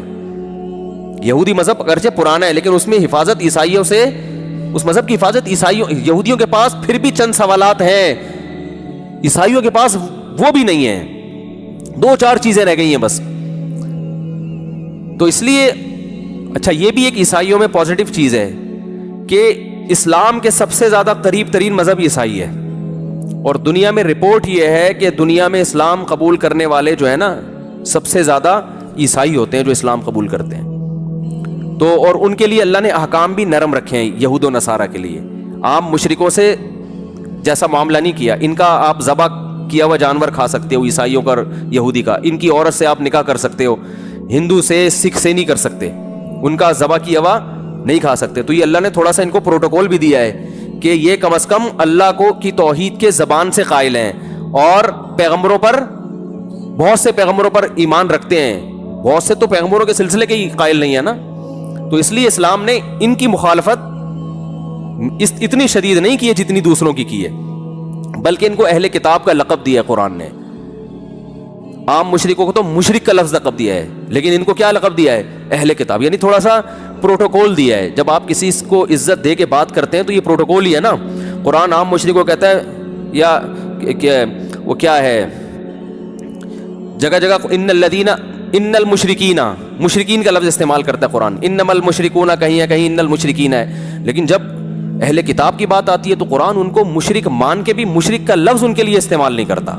یا اہل الکتاب تعالوا الی کلمۃ سواء بیننا وبینکم، اے اہل کتاب آؤ ایسی بات کی طرف جو ہمارے تمہارے درمیان متفق ہے. یہ اسلام تمہارا ہی مذہب ہے، یہ عیسائیت سے الگ نہیں ہے. یہ حضرت عیسیٰ کی حقیقی تعلیمات ہیں. حضرت عیسیٰ کا جو اصل جو بنیادی عقائد ہے وہ اسلام بتا رہا ہے. وہ تم نے چینج کر دی ہے ان کی چیزوں کو. تو حضرت عیسیٰ کے اصل حقدار وہ مسلمان ہیں، وہ تم نہیں ہو. تم نے تو ان کی تعلیمات دیکھو. داڑیاں مسلمان رکھتے ہیں، حضرت عیسیٰ نے رکھی تھی کہ نہیں رکھی تھی؟ آج پادریوں کے داڑیاں نہیں ہوتی، مسلمان علماء کے داڑھی ہوتی ہے. تو حضرت عیسیٰ کی تعلیمات کو عیسائی فالو کر رہے ہیں، مسلم. ایک انگریز نے ایک عالم کا مذاق اڑایا، کیا اتنی بڑی داڑھی رکھی ہوئی ہے؟ تو ان عالم نے فوراً کہا یہ میں نے وہ صورت بنائی ہوئی ہے جو تمہارے پیغمبر عیسیٰ علیہ السلام کی تھی. تو حضرت عیسیٰ کی تعلیمات کو تو مسلمان فالو کر رہے ہیں. خیر، تو قرآن نے ایسے کانسیپٹ کلیئر کر کے دودھ کا دودھ پانی کا پانی کر دیا. تو اب اللہ نے جب پرچہ دے دیا ہے ہمیں، اس میں بتایا کہ زنا نہیں کرنا، نکاح کرنا ہے اور جلدی کرنا ہے. والدین کے ساتھ اف بولو بھائی نہیں کرنا. اور یتیم کا مال جو کھاتا ہے ایسے ہے جیسے پیٹ میں آگ کے انگارے ڈال رہا ہے. لوگ سمجھتے ہیں یتیم کا مال کھانے کا مقصد ہے عیدی سینٹر جا کے کوئی یتیم کے چپل چوری کر کے آ جانا. یہ مطلب نہیں ہے. یتیم کا مطلب ہے آپ کے بڑے بھائی کا، ابا کا جب انتقال ہو گیا تو آپ گھر میں بڑے ہیں تو چھوٹوں کی وراثت، جیسے کہ بڑے بھائی اکثر کاروبار کے نام پہ اور کنسٹرکشن کے نام پہ اور ان چیزوں پہ ٹوپی کرا دیتے ہیں ان کو. اور ماشاءاللہ آپ کو پتہ ہے کہ اگر کسی شخص کا انتقال ہو اور اس کی بیوی کو 1 دن کا حمل ہے تو اس حمل کا وہی حصہ ہے جو 40 سالہ بیٹے کا حصہ ہے. نہیں آ رہی میرے خیال ہے بات، بہت مشکل ہے. ایک آدمی کا انتقال ہو گیا، اس کا ایک بیٹا 40 سال کا ہے، دوسرا 15 سال کا ہے. میں ایک مثال دے رہا ہوں. تیسرا ابھی حمل ٹھہرا تھا، اس کی بیوی کو پریگننسی تھی 1 دن کی اور کسی ایکسیڈنٹ میں اس کا انتقال ہو گیا. 1 دن کی پریگننسی ہے. عورت کو وہ پریگننسی گرانے کی اجازت بولتے کیوں نہیں ہے، وہ نہیں گرا سکتی. اب کیا ہوگا جب وراثت تقسیم ہوگی تو اسے بیٹا فرض کر کے اس کی وراثت نکال کے الگ کی جائے گی. حالانکہ وہ 1 دن کا ہے، ابھی وہ انسان بنا بھی نہیں ہے. بیٹا فرض کیا جائے گا کیونکہ ہمیں پتہ نہیں بیٹا ہے کہ بیٹی. پھر پیدائش کے بعد پتہ چلا کہ بیٹی ہے تو اس کو آدھا کر کے باقی سب میں تقسیم. اور اگر بیٹا ہے تو پورا حصہ اس کا محفوظ تھا. اور اگر ٹوئنز ہوئے تو جن کو دیا ہے ان سے واپس لیا جائے گا. ٹھیک ہے نا، کہ یہ 2 کے برابر ہے. بہت مشکل ہے. تو اسلام یہ کہہ رہا ہے کہ جو 1 دن کا حمل ہے اس کی وراثت نہیں کھا سکتے، اور آپ 8-8 10-10 12-12 سال کے بچوں کی وراثت کھا رہے ہو، آپ بہنوں کی وراثت کھا رہے ہو. یہ اسلام کے اصل آرڈرز ہیں، ان کو فالو کرنا پڑے گا. نظر کی حفاظت ہے، زنا سے بچنا ہے، اور ماں باپ کو نہیں اف کر سکتے. اگر کبھی ہو گیا ہے تو ماں باپ جیسا اللہ نے کسی کا حق، نہ کسی پیر و مرشد کا حق والدین جیسا ہے، نہ کسی استاذ کا حق. اسکولوں میں بعض دفعہ لوگ یہ بتا دیتے ہیں کہ استاذ کا درجہ ماں باپ سے بھی بڑا ہے، اور دلیل یہ دی جاتی ہے استاذ آپ کے علم میں اضافے کا ذریعہ بنتا ہے، ماں باپ تو ایک جسمانی زندگی کا ذریعہ. یہ ٹوپی ڈرامے ہیں. یہ دلائل کو قرآن بولو نا بھائی نہیں مانتا. ایک صاحب مجھے کہنے لگے پیر و مرشد کا مقام بہت بڑا ہے کیونکہ ان کی وجہ سے تو ہمیں نیک عمل ملے اور ان کی وجہ سے ہمیں گناہوں سے بچ کے ہم جہنم سے بچ رہے ہیں، اور ماں باپ کی وجہ سے صرف باڈی ملی ہے۔ تو میں نے کہا اگر یہ باڈی ماں باپ اس کی حفاظت نہ کرتے تو اس باڈی کو ایمان بھی بولتے کیوں نہیں ملتا۔ ماں باپ نے، ماں نے بچپن میں چھاتی سے لگا کے دودھ پلایا اور باپ نے سہارا دیا، ورنہ روڈ پہ پڑے ہوئے ہوتے۔ پھر پیر صاحب سے کہتے اس مرید کو اٹھا کے لے کے نیک بناؤ، ٹھیک ہے نا۔ دوسری بات یہ کہ اسلام 3 بنیادوں پہ ماں باپ کو ترجیح، ایک آپ ان کی باڈی کا حصہ ہو، آپ ان کا جسم ہو، تو اسلام میں ریلیشن کی بڑی ویلیو ہے، خونی رشتے، اور کوئی رشتہ نہ ہو بھائی، آپ تو انہی کے خون گوشت سے اللہ نے بنایا، یہ ایک ریلیشن ہے۔ دوسرا ریلیشن کیا ہے؟ ان کی وجہ سے آپ کو حیات ملی، زندگی ملی۔ تیسرا ان کی جو احسانات اور ان کی جو محبت ہے نا، وہ شیخ تصور بھی نہیں کر سکتا۔ میں لوگوں سے اکثر کہتا ہوں کہ یار، بلکہ بڑا بھائی بھی، وہ بھی زیادہ آگے ہوتا ہے۔ میں لوگوں سے ایک بات کہتا ہوں، جو اپنے پیر و مرشد کو والدین پر یا ان خونی رشتوں پر ترجیح دیتے ہیں، دیکھو ادب احترام تو پیر و مرشد کا کریں آپ، وہ تو ٹھیک ہے، محبت بھی کریں، اس نے آپ کو دین سکھائے، لیکن قرآن بار بار کہہ رہا ہے اولو الارحام جو ہے نا، قریبی رشتے، ان کا حق بولو بھائی۔ آپ کے بھائی کو پیسوں کی ضرورت ہے، پیر صاحب کو بھی، تو اسلام کیا کہتا ہے، کس کو دو گے؟ بھائی کا حق پہلے، ابا تو اور ہی پہلے ہیں۔ وجہ کیا ہے بھائی؟ یہ ریلیشن اتنے قریب ہیں۔ میں نے ایک صاحب کہنے لگے نہیں پیر صاحب پہلے۔ میں نے کہا اچھا مجھے بتاؤ، روڈ پہ جب ایکسیڈنٹ ہوتا ہے، اللہ نہ کرے آپ کی ٹانگ ٹوٹی پڑی ہے، تو لوگ آپ کے پیر صاحب کو فون کرتے ہیں بھائی صاحب کو، اس کو اٹھا کے لے جاؤ؟ کہہ رہے ہیں یار بھائی صاحب کو۔ میں نے کہا ان کو پتا ہے پیر صاحب کو فون کرو گے، پیر صاحب اس کو بھائی کو بتانا، مجھے کیوں بتا رہا ہے؟ کیا خیال ہے؟ پیر صاحب کیا کہیں گے؟ او بھائی اس کے ریلیٹیوز کو بتاؤ، مجھے کیوں بتا رہے ہو؟ بھائی چاہے وہ جیسا چرسی ہو، ہیروئن چی ہو، کبھی لفٹ نہیں کرتا، تمیز سے بات نہیں کرتا، آج تک منہ سے کبھی ڈھنگ کی بات نہیں کی ہے، مصیبت پڑے گی تو بھائی سب سے پہلے آئے گا۔ اگر آپ کو کوئی قتل کر دے تو قاتل کو پیر صاحب تلاش نہیں کریں گے، آپ کا بھائی تلاش کرے گا، چاہے وہ آپس میں کتنی دشمنی ہو، باپ تلاش کرے گا میرے بیٹے کو کس نے مارا ہے، FIR وہ کٹوائے گا۔ پیر کا اپنا مقام ہے، سب کچھ ہے، لیکن بھائی یہ بھی بہت بڑے رشتے ہیں۔ آج بعض دفعہ لوگ ایک طرف غلو کر کے ان رشتوں کو بھول جاتے ہیں، باپ کی جوتیاں نہیں سیدھی کرتے، پیر صاحب کی کر رہے ہوتے ہیں۔ وہ پیر صاحب کی بھی کرو، ابا کی بھی کرو۔ تو خیر، تو یہ پیپر اللہ نے ہمیں دیا ہے، اس میں رشتہ داروں کا حق بتایا، اس میں استاذوں کا حق بتایا، اس میں علماء کا حق بتایا، اس میں بہت ساری ڈیٹیل ہے، وہ سیکھو، پھر سیکھ کے لوگوں کو بتاؤ، اس پر عمل کرو۔ پھر اس میں اللہ نے بتا دیا کہ بھائی موت خود ہی مرو گے کہ نہیں مرو گے۔ بھائی عمران خان کے دور میں جو اپوزیشن میں تھے، اگر وہ کہتے تھے ماشاءاللہ ویل ڈن، تو وہ اپنے پاؤں پہ خود ہی کو لاڑا مار رہے ہو یار، تو کیا خیال ہے بھائی؟ یا آج جو حکومت میں بالفرض اگر کوئی اچھا کام ہوتا ہے اور اپوزیشن والے کہتے ہیں ویل ڈن، تو اس کا مطلب کیا ہے کہ وہ اپنے پاؤں پہ خود ہی کلاڑا مار رہے ہیں۔ تو یاد رکھو یہ مجبوریاں ہوتی ہیں اپوزیشن کی، انہوں نے حکومت کی مخالفت کرنی ہی کرنی ہے، اس کے بغیر وہ نہیں جیت، سیاست میں چل نہیں سکتے 2 انچ بھی آگے، تو ان کی تو مجبوری ہے، میری اور آپ کی تھوڑی مجبوری ہے، اس کو سمجھو۔ میں سمجھا پا رہا ہوں اپنی بات؟ جن کو الیکشن میں کھڑے ہونا ہے بھائی وہ کریں یار، 100 دفعہ کریں، ان کی مجبوری ہے۔ میں اور آپ اپوزیشن میں ہوتے ہم بھی یہی کر رہے ہوتے، کیونکہ سسٹم یہی ہے، سسٹم یہی چل رہا ہے۔ لیکن میں نے اور آپ نے کبھی اپوزیشن کی کسی اسٹیٹمنٹ کو سیریس نہیں لینا، ہم نے اپنا تجزیہ کرنا ہے، کسی سیاسی بیان کو نہیں لینا کہ حضرت جی فرما رہے ہیں یا فلاں نے کہا ہے، فلاں کا کام ہے کہنا، کیونکہ وہ کس مخالف پارٹی میں ہے۔ تو مخالف پارٹی میں ہوتا ہے وہ حکومت کے اچھے کام کو اچھا نہیں کہتا، اور اگر کوئی ظلم زیادتی ہوئی ہے تو جتنا ہوا ہے اس کو 10 گنا بڑھا کر بیان کرتے ہیں۔ یہ جرنلی ایک اصول اور ضابطہ میں بیان کر رہا ہوں۔ تو عوام، میرے اور آپ جیسے لوگ پس جاتے ہیں اس جنگ میں۔ آپ کو یاد ہے PTI کے دور حکومت میں میں نے کہا تھا کہ مخالفت میں اتنا آگے مت جاؤ کہ کل دونوں لیڈر بیٹھ جائیں گے آپس میں اور جو نیچے کی عوام ہے وہ لڑے گی۔ وہی ہوا کہ نہیں ہوا؟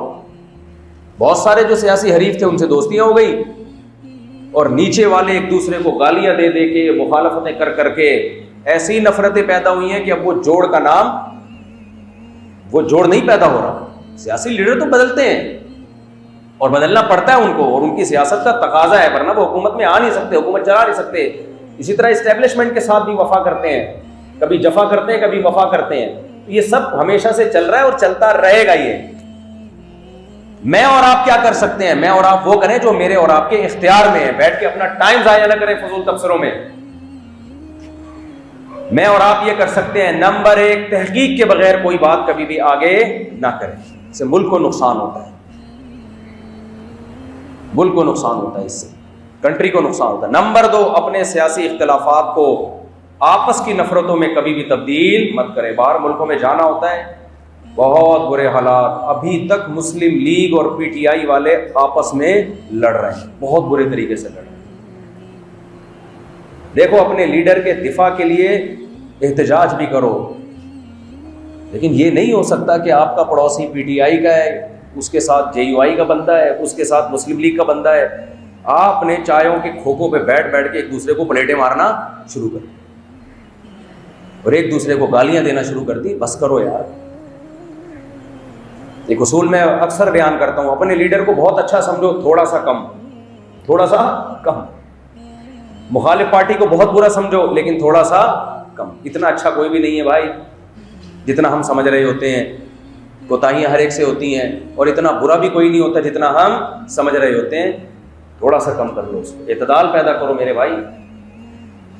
خیر کہاں سے کہاں نکل لیے ہم۔ تو میں یہ بتا رہا تھا کہ جب ضرورت جس کو ہوتی ہے نا، اس وقت وہ صحیح معنوں میں تحقیق کرتا ہے، اور پھر اس تحقیق کے بعد جو وہ عمل کرتا ہے وہ ہوتا ہے معتبر، جس کو ضرورت ہو۔ کوئی بھی مسئلہ ہو، ابھی ایک نیا بیان آیا ہوا ہے کہ وہ کوئی پنجاب حکومت نے اماموں کو کہا ہے کہ اماموں مسجد کے ائمہ کو کہا ہے نا کہ ہم وظیفہ دیں گے وغیرہ وغیرہ۔ اب اس میں 2 رائیں علماء کی، میں اس رائے میں تجزیہ نگار نہیں بنتا، نہ میری یہ فیلڈ ہے کہ وہ اماموں کو وہ اسکالرشپ ملنی چاہیے کہ نہیں ملنی چاہیے، یا تنخواہ ملنی، وظیفہ ملنا چاہیے کہ نہیں ملنا چاہیے۔ کچھ کی رائے یہ کہ نہیں، حکومت کنٹرول میں کرنا چاہ رہی ہے مساجد کا ائمہ کو۔ کچھ کی رائے یہ کہ ظاہر ہے جو مسلم لیگ والے ہیں وہ تو بولیں گے کہ ماشاءاللہ دیکھو ہماری گورنمنٹ کتنی اچھی، جو اپوزیشن میں ہیں وہ بولیں گے یہ تو خریدنے ہیں۔ تو میں اس میں کوئی تبصرہ نہیں کرتا، لیکن اس میں اعتبار کس کی رائے کا ہوگا؟ مساجد کے اماموں کی رائے کا ہوگا، وہ کیا کہہ رہے ہیں۔ اگر وہ خوش ہیں اس پہ تو بھائی جو خوش ہے تو ملنے دو، اگر وہ کہہ رہے ہیں نہیں ہمیں خریدنے کی کوشش کی جا رہی ہے تو مساجد کے امام بولے ہمیں یہ پیشکش منظور نہیں، وہ بولیں، میں اور آپ بیچ میں بولو نہ بولو، کیونکہ مجھے تو ویسے بھی نہیں مل رہا، ہم تو کراچی میں ہیں، اگر مجھے مل رہا ہوتا پھر میری بات کا اعتبار نہیں۔ تو یہ موضوع کس پہ چھوڑ دینا چاہیے؟ ائمہ مساجد پہ، کہ جناب آپ کی کیا رائے ہے، آپ کیا چاہتے ہو، یہ ہمیں اسکالرشپ یا وظیفہ ملنا چاہیے کہ نہیں ملنا۔ وہ اگر سب کہہ رہے ہیں یا 99% کہہ رہے ہیں بھائی ہمیں ملنا چاہیے، تو پھر ہمیں کہنا چاہیے ماشاءاللہ ویل ڈن، بہت اچھا کام ہے یار۔ اور اگر وہ کہہ رہے ہیں نہیں ہمیں خریدا جا رہا ہے بھائی، ہمیں بیوقوف بنایا جا رہا ہے، تو پھر نہیں ملنا چاہیے۔ کیا خیال ہے؟ آپ آزاد رہیں۔ ویسے امام بیچارہ ہوتا غلامی ہے۔ There are 2 types of امام۔ امام کی کتنی قسمیں ہیں؟ میں خود امام ہوں نا اس لیے بتا رہا ہوں، امام کی کتنی قسمیں ہیں؟ ابے پوری انگلیوں سے اشارہ کر کے بتا دیا پھر بھی نہیں بول رہے۔ 2 قسمیں، یا تو ہوتا نا آپ کنفیوز ہو جاتے 3 ہیں 4 ہیں، تو میں بتا رہا ہوں، ایک امام کمزور اور ایک طاقتور۔ جو کمزور امام ہوتا ہے وہ بیچارہ کمیٹی کے ٹکڑوں پہ پل رہا ہوتا ہے، ہم نے اس کی حالت دیکھی۔ پہلے میں جو طاقتور ہے اس کی مثال دے دوں نا، کمزور کی بات ہے۔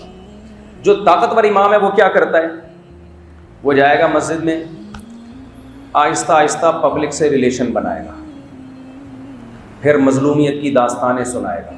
یہ طاقتور امام کی بات کر رہا ہوں میں، آپ کہہ رہے ہو یہ طاقتور ہے، یہ تو کمزور لگ رہا ہے۔ نا نا نا، یہ بھی طاقت کے وسائل اور ذرائع اکٹھے کر رہا ہے۔ دیکھو جو جس کی فیلڈ ہو وہ اس کو اچھی طرح سمجھتا ہے تو وہ کیا کرتا ہے؟ ریلیشن بنائے گا۔ پہلی بات تو یہ کہ عوام سے باتیں عوام کی مرضی کی کرے گا، وہی ٹاپک زیادہ اٹھائے گا جس میں پبلک زیادہ ذرا خوش ہوتی ہو، پھر جا کے پبلک سے ریلیشن بنا، ہر ایک کے تیجے میں پہنچے گا، جس کے ابا مر گئے پہنچ جائے گا یہ فوراً، تاکہ یہ بہترین موقع ہے ریلیشن بنانے کا۔ چلے میں پہنچے گا، وہ کیا ہوتا ہے چہلم، سوری چلہ کہہ رہا ہوں، چہلم میں پہنچے گا، سویم میں پہنچے گا، جنازہ پڑا ہوگا، گھنٹوں گھنٹوں دعا کرائے گا۔ بھائی جنازہ ہے ہی دعا کے لیے تو وہ پڑھانا نا نا، اب اس کو چاہیے پبلک کی ہمدردیاں، جس کے ہاں میت ہوئی ہے اس نے یہ شو کرنا ہے، آپ کو اتنا غم نہیں ہے جتنا غم کسے ہے؟ مجھے۔ مجھے بہت غم ہوا. لہٰذا اے اللہ جمشید صاحب کا انتقال ہو گیا. بھائی وہ جمشیدی جو زندہ ہیں ان کے جو انتقال ہو گیا ان کی بات کریں. اے اللہ جمشید صاحب کا انتقال ہو گیا, بہت اچھے تھے جمشید صاحب, پنکھا بھی لگایا انہوں نے, جو ان کو ہدیے دیے وہ نہیں بتائے گا, پنکھا لگایا انہوں نے, یہ کیا وہ کیا. اے اللہ جمشید کی مغفرت فرما دے. جمشید کے بچے کہہ رہے ہیں یار یہ ہوتے ہیں امام صاحب, اٹ از کالڈ امام. عوام کا درد ہے ان کے دل میں, کچھ میں ہوتا بھی ہے لیکن کچھ جو شرارتی ہے میں پہلے ان کی پھر میں میجورٹی شرارتی نہیں ہوتی, میجورٹی کی میں بات آگے جا کے کر رہا ہوں. لیکن لوگ شرارتیوں کو ہی پوچھتے ہیں, جو نیک شریف امام ہو اس کو نچوڑتے ہیں. وہ کیسے نچوڑتے ہیں وہ بھی آ رہا ہے. اے اللہ جمشید صاحب جمشید صاحب جمشید صاحب پنکھا لگایا, یہ کر دیا یہ کر دیا. اے اللہ یہ سیدھے ہاتھ پہ الٹے ہاتھ پہ جو پچھلا والا پنکھا ہے, آج کتنی ہوائیں ہمیں مل رہی ہیں اس پنکھے کی وجہ سے. تو پھر جا کے جو بیچاری گھروں کی مالدار خواتین ہوتی ہیں ان سے بھی تعلقات, ان کے بچوں کو پڑھانا, ان سے تعلقات کیسے. آپ کے لیے ہم دعائیں کر رہے ہیں بہت زیادہ. وہ بھی بیچاری نرم دل ہوتی ہیں ماشاءاللہ. ہمیں امام, کیونکہ عورت کا دل نرم ہوتا ہے, وہ جلدی ان کو فراڈوں کا پتہ نہیں ہوتا کہ یہ فراڈیا پی آر بنا رہا ہے, کیونکہ تمہارے شوہر کو شیشے میں اتارنا ممکن نہیں ہے, اس کو پتہ ہے 2 نمبر آدمی ہے, تو بیگم کے ذریعے وار کر رہا ہے کس پہ, اس کے میاں کو. بیگم کہے گی اتنا اچھا امام دیکھو کتنی دعائیں دے کے جاتا ہے, پڑھاتا نہیں ہے گھر میں, بچے کو آتا ہے نا, آدھا گھنٹہ بیٹھے گا ادھر ایران قرآن باتیں کر کے الف با تا تھا کر کے بس نکل لیا. تو یہ وہ امام ہوتا ہے جو دبا کے ریلیشن بیان بناتا ہے اور مظلومیت کی داستانیں. ہائے کمیٹی والوں نے مجھے ایسے رکھا ہوا ہے, آج پتہ ہے صدر صاحب نے مجھے یہ بولا ہے, آج پتہ ہے جو جنرل سیکرٹری ہے اس نے مجھے یہ بولا ہے. تو پورا محلہ سوائے چند عقل مندوں کے وہ اس شیشے میں اتار لے. پھر جب اس سے حساب لیا جاتا ہے چندے کا تو وہ حدیثیں سناتے ہیں. علماء کا احترام, عین بڑا خاندانی نکالتا ہے اور ہاں بڑا خاندانی. چندہ آ رہا ہے کوئی پوچھنے والا نہیں ہے اس سے. پی آر بنا کے اس نے مسجد کے نام پہ کیا لینا شروع کر دیا, بولو چندہ. کمیٹیوں کو اجازت نہیں ہوتی کہ اس سے پوچھیں بھائی آپ پرسنلی کیوں چندہ لے رہے ہو. جب ایک ادارہ ہے تو اکاؤنٹیبلٹی ہوتی ہے, رسیدیں کٹتی ہے, لیکن نہیں, اس کے کھانچے درجنوں کھلے ہوئے ہوتے ہیں اور لوگ بھی بیوقوف ہیں, پکڑا رہے ہوتے ہیں. بھائی جب مسجد ہے تو کمیٹی کے پاس جائے نا چندہ, ڈائریکٹ امام کی جیب میں کیوں جا رہا ہے. تو مسجد کا ملازم ہے وہ. اب ملازم کے لفظ سے لوگ چڑھ جاتے ہیں, امام کو ملازم کہہ دیا, کوئی اور لفظ رکھ لیں آپ, ملازم کا لفظ تھوڑا سا نامناسب ہے, لیکن ہے تو مسجد نے اس کو رکھا ہوا ہے نا. ملازم کے علاوہ کچھ بھی کہہ لو آپ, بڑا عہدہ ہے امام کا. میں خود امام ہوں, میں اپنی کیوں انسلٹ کروں گا بھائی, بڑا عہدہ ہے, لیکن جتنا ہے اتنا ہی ہونا. اکاؤنٹنٹ تو نہیں ہے وہ خزانچی تھوڑی ہے. مسجد کمیٹی میں جو خزانچی ہے تو خزانچی ہی رہے گا. امام خزانچی نہیں ہے, امام اکاؤنٹنٹ نہیں ہے. وہ کیوں پیسے لے رہا ہے تو فوراً رسید کیوں نہیں کٹا رہا, اور لوگوں سے یہ کیوں نہیں کہتا رسید کے بغیر مجھے 1 روپیہ مت دو اگر مسجد میں دے رہے ہو. اس کو پرسنلی کوئی ذاتی ہدیہ دے, وہ لوگوں کا اس کا مسئلہ ہے. لیکن کتنے ائمہ, میں کیونکہ اس پہ آواز اس لیے اٹھا رہا ہوں کہ امام آواز نہیں اٹھاتے اس کے اوپر, وہ ڈرتے ہیں. مولوی اگر مولوی کے خلاف بات کرے گا تو مولوی میں بدنام ہو جائے گا بھائی. میں اس لیے آواز اٹھا رہا ہوں بھائی, اصول سب کے لیے کیا ہے, برابر ہے. جب کوئی مسجد ہے تو امام کو اس مسجد کے لیے پرسنلی چندے کی اجازت نہیں ہے, اور اگر کیا تو فوراً رسید کٹائے. اگر پتہ چل گیا کہ اس نے چندہ لیا ہے اور رسید نہیں کٹائی تو اس امام کے خلاف ایکشن لینا چاہیے. پیسوں کے معاملے میں میرے بھائی شریعت نے داڑھی پگڑی کو ویلیو نہیں دی ہے, لکھت پڑھت کو ویلیو دی ہے.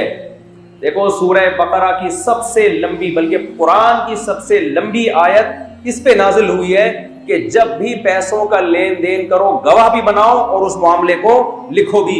وہاں اللہ نے یہ نہیں کہا کہ اگر مسجد کا امام ہے تو وہ اس سے مستثنی ہے, مدرسے کا محتمم ہے تو وہ اس سے بولو مستثنی ہے, خارج ہے. نہ نہ, اللہ نے کہا سب کے لیے اصول ہے, تو اس پہ تو اس مولوی کو خود عمل کروانا چاہیے. ہمارے پاس مسجد کے لیے جب کوئی رقم لے کر آتا ہے میں کہتا ہوں بھائی یہ اس کی رسید لو, آپ رسید کٹے گی اس کی. اگر آپ کہہ رہے ہو نہیں دائیں بائیں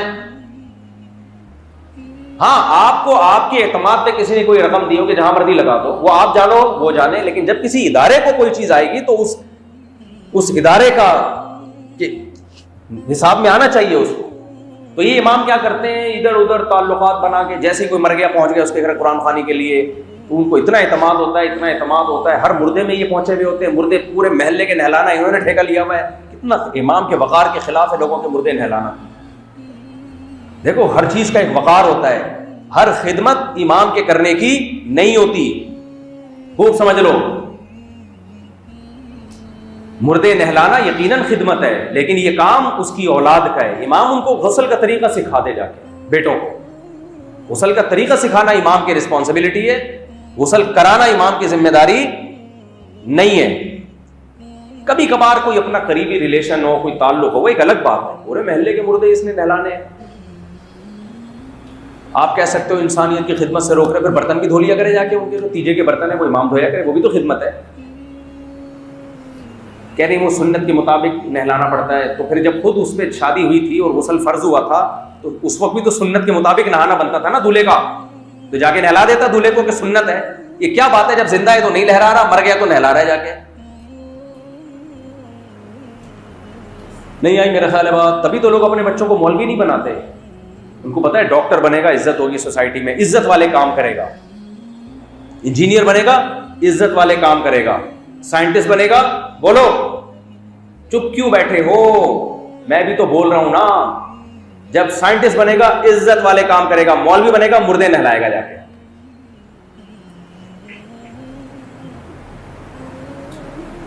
تو یہ تھوڑی مولاناؤں کا ہے، صاحب علم کو اللہ نے علم کی لاج رکھنے کا حکم دیا ہے۔ ہمارے حضرت مفتی رشید احمد صاحب کے پاس کسی کا فون آیا کہ ہم نے جانور ذبح کیا ہے، قربانی کی ہے، تو اس کی کھال کے لیے کوئی بندہ بھیج دیں۔ بندے کا مطلب کسی طالب علم کو بھیج دیں، کھال اٹھا کے لے جائے۔ حضرت نے فرمایا خود ہی بندے بن جاؤ تھوڑی دیر کے لیے۔ حضرت کو غصہ آیا کہ دین کا علم حاصل کر رہے ہیں، یہ جا کے کھالیں جمع کریں گے؟ یار میرے شیخ کا ہم پر بڑا احسان ہے، ہمیں کوئی ایسا کام ہم سے نہیں لیا جس سے عزت نفس مجروح ہوتی ہے۔ اگر میرے پیر و مرشد مجھے قربانی کی کھالیں جمع کرنے میں لگا دیتے تو ہمارا ہاتھ ہمیشہ کے لیے ایسے ہو جاتا۔ ہمارے حضرت نے ہمیں ایسے عزت کے ساتھ علم پڑھایا ہے اور بتایا ہے کہ اس کو تکبر نہیں کہتے، اس کو خودداری کہتے ہیں۔ خودداری، خود بھی خوددار تھے، طلبہ کو بھی خودداری سکھائی۔ اب سوال پیدا ہوتا ہے مدرسہ پھر کھالے کیسے جمع کرے؟ ملازم رکھے، کھالے جمع کرنے کے لیے کچھ ملازم الگ ہوں جو مدرسے کے لیے کھالے جمع کریں۔ سمجھتے ہو کہ نہیں سمجھتے ہو؟ تو اپنے مردوں کو خود نہلایا کرو، یا اپنا کوئی قریبی دوست ہے اس کے والد کی میت کو، جو رفیع بھائی کے والد کا انتقال ہوا، ہم بھی تھے غسل میں شریک تھے، ہمارے پرانے دوستوں میں سے، یہ ٹھیک ہے، سارے محلے کا ٹھیکہ لیا ہوا ہے۔ تو علماء پہ یہ چیز سوٹ نہیں کرتی، باقی لوگ کریں تو ٹھیک ہے، اس کو پیشہ بھی بنایا جا سکتا ہے، لیکن میں تو کہتا ہوں کہ اپنی ماں کو بیٹی غسل نہیں دے رہی، باپ کو بیٹا غسل نہیں دے رہا، تو ایسی اولاد کو تو ویسے ہی شرم سے ڈوب کے مر جانا چاہیے۔ بغیرتوں کو زندگی بھر خدمت نہیں کی، اب آخری خدمت تو کر لو اپنے ہاتھوں سے یار، وہ بھی عیدی سینٹر کرے گا آ کے۔ بے شرمی ہے، یہ ہے مادہ پرستی، یہ وہ مادہ پرستی ہے نا، سائنسی ترقی، اس کا یہ جس میں بس ترقی کو فوکس کیا ہوا ہے، اس کا رزلٹ یہ نکل رہا ہے کہ مرنے کے بعد تو انسان کہتا ہے اپنے میرے باپ کو میرے علاوہ کوئی ہاتھ تو لگا کے دکھائے، میں دوں گا آخری خدمت۔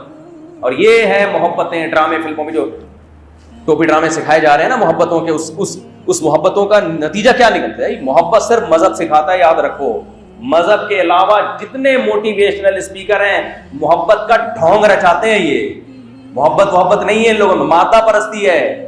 میں بار بار ایک مثال کیوں دیتا ہوں، جو اپنے باپ کو، بوڑھے باپ اور ماں کو گھر میں نہ رکھ سکے، بڑھاپے میں اولڈ ہاؤس میں جمع کرائے، تو محبت تو گئی تیل لینے، ختم۔ یہیں سے سمجھ جاؤ کہ ان کے یہاں محبتیں نہیں ہیں۔ یہ تھینک یو اور نائس ٹو میٹ یو اور ہاؤ آر یو، یہ محبت تھوڑی ہے، تکلفات ہیں، یہ تکلفات ہیں، اٹ از کالڈ تکلفات۔ انگلش بھی آتی ہے بھائی۔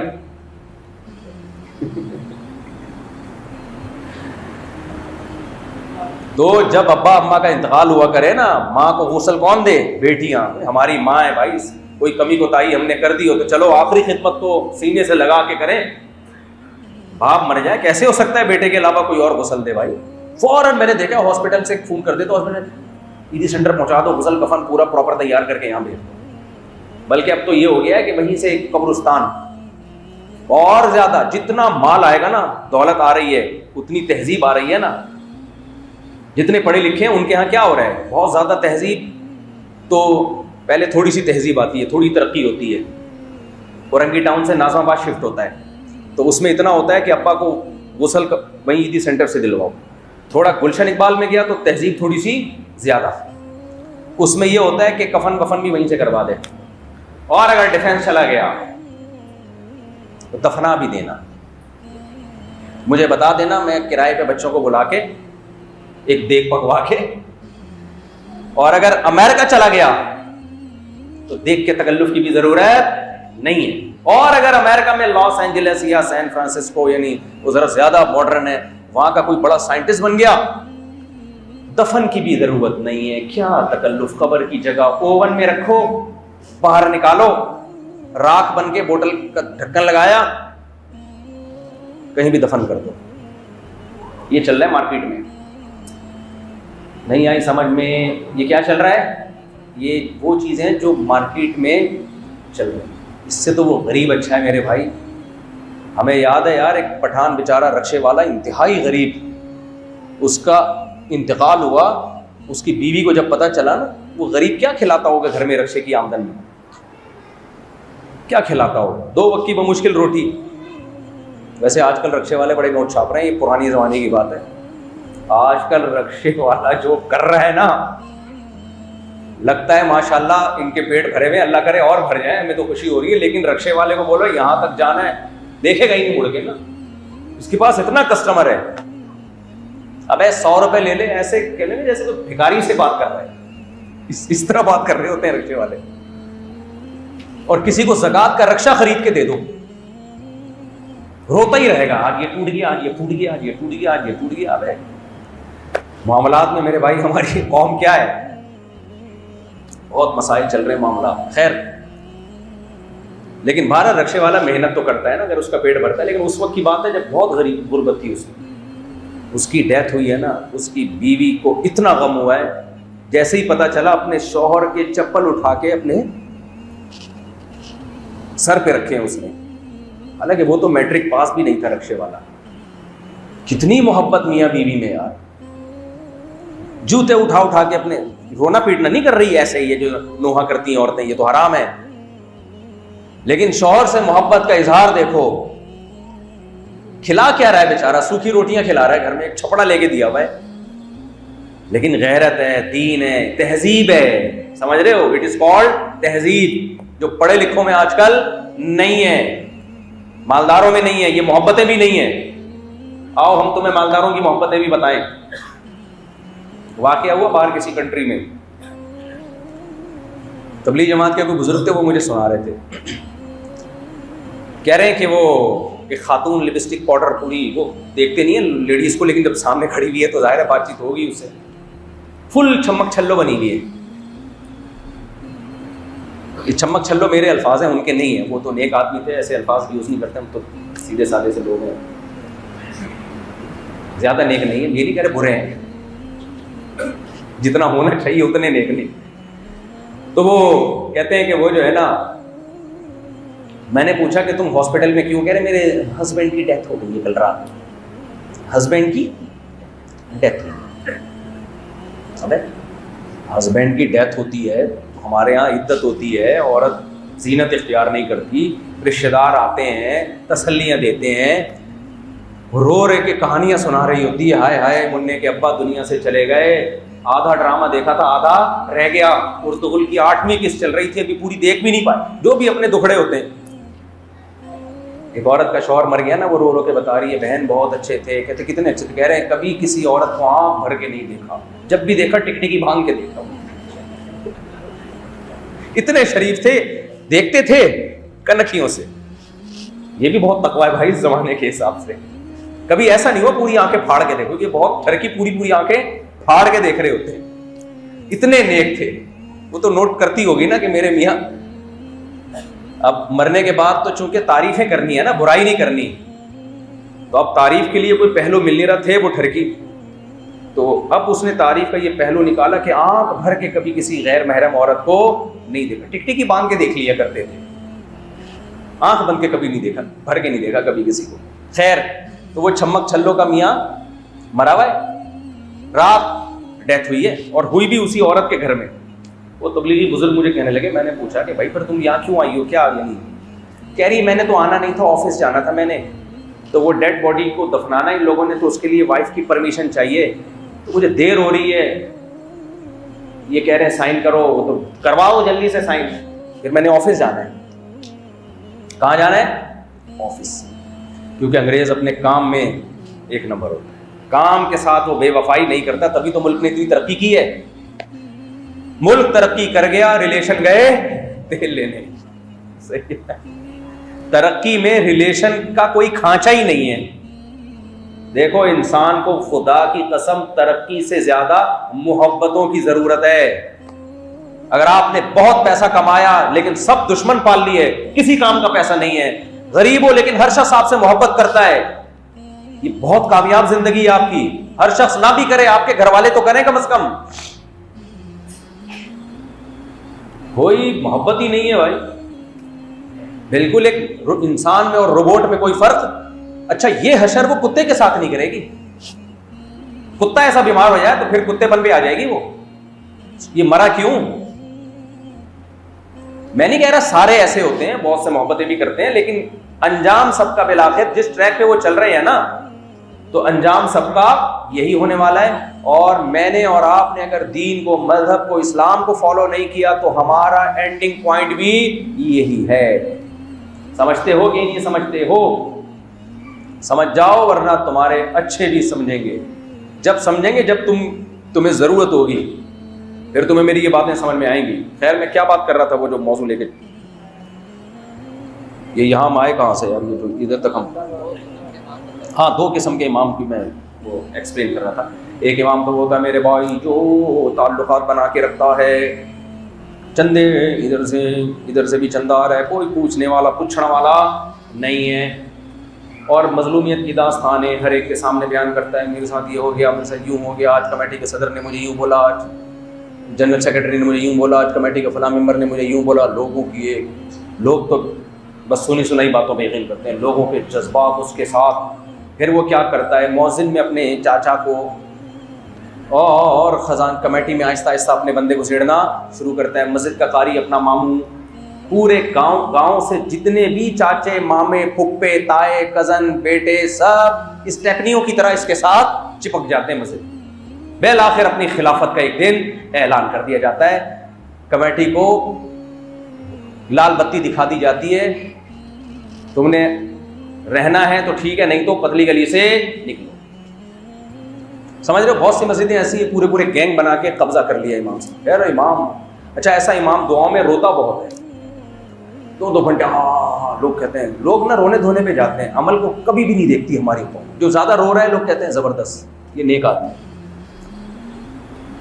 روتے بہت ہیں، 3 گھنٹے 4 گھنٹے، لوگ بھی جوش میں آتے ہیں. بتیاں بجھا دی جاتی ہیں 27ویں رات میں، رونا دھونا جو شروع کرتے ہیں. بتی بجھانا برا نہیں ہے، اگر رونا بھی برا نہیں ہے، پہلے معاملات تو ٹھیک کرو میرے بھائی، پھر رو، کوئی بات نہیں. رونا تو اچھی بات ہے دعاؤں میں. کوئی امام اگر رونا ہے تو فراڈی نہ رو رہا ہو تو فراڈی نہ سمجھے اس کو، بات بیچارے دل کے نرم ہوتے ہیں.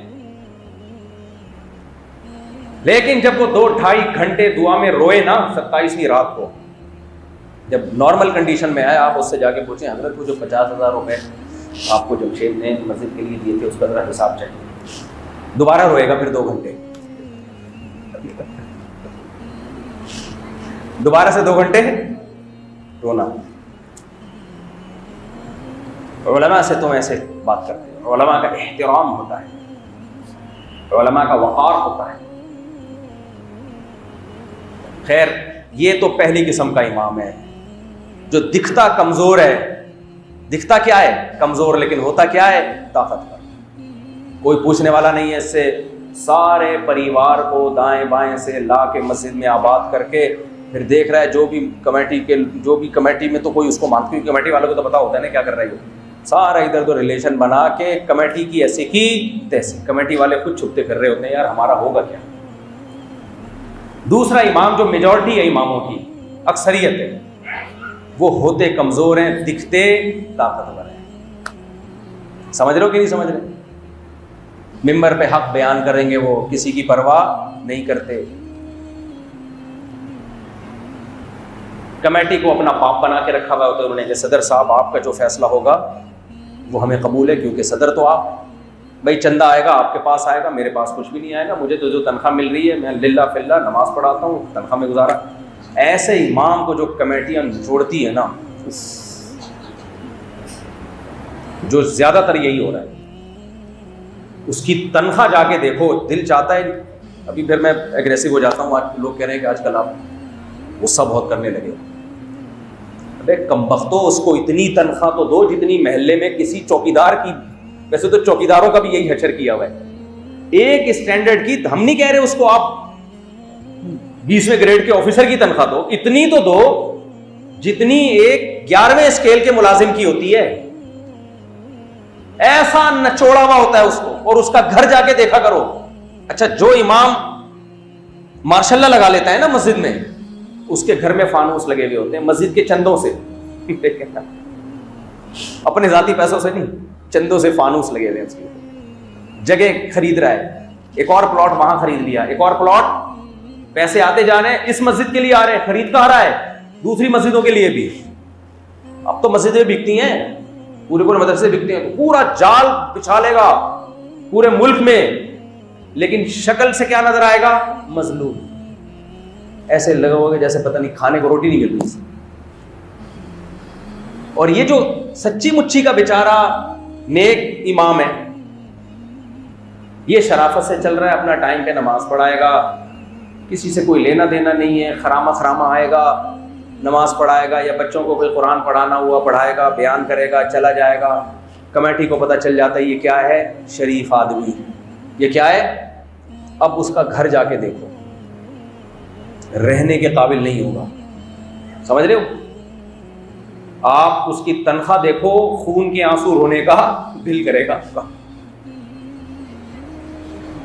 لوگ کمیٹی والوں سے کہتے ہیں تم اپنی جیب سے تو نہیں دے رہے بھائی, چندہ آ رہا ہے نا تو دو نا صحیح طرح. ان کو یہ ڈر ہوتا ہے کہ اس کی تنخواہ بڑھا دی تو قبضہ نہ کر لے. ابے بھائی قبضہ کرنے والوں کو تنخواہ بڑھانے کی ضرورت نہیں ہوتی, وہ دائیں بائیں سے کھانچے ہوتے ہیں ان کے. تو شریف امام پستے ہیں مسجدوں کے اندر, اور سب سے زیادہ مظلوم امام پتہ ہے کہاں ہوتے ہیں؟ کے پی کے میں. سب سے مظلوم امام پتہ ہے کہاں ہوتے ہیں؟ بولو نا, کے پی کے. اتنی تھوڑی, بلوچستان بھی اس میں شامل ہے, اتنی تھوڑی تنخواہیں ہیں کے پی کے اور بلوچستان کے اماموں کی کہ آپ کی عقل حیران ہو جائے یار اس میں گزارا کیسے کر رہا ہے.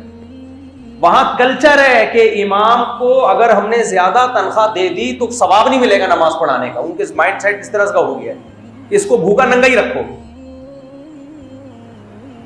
بڑی بغیرتی کی بات ہے یار, غلط بات ہے یہ. اور ماشاءاللہ مدارس میں بھی ایسے ہی ہے. بڑے مدارس مستثنا ہے, دارالعلوم پرنگی ہے, بلوری ٹاؤن ہے, ان کا تو اچھا اسٹینڈرڈ ہے ہر چیز میں.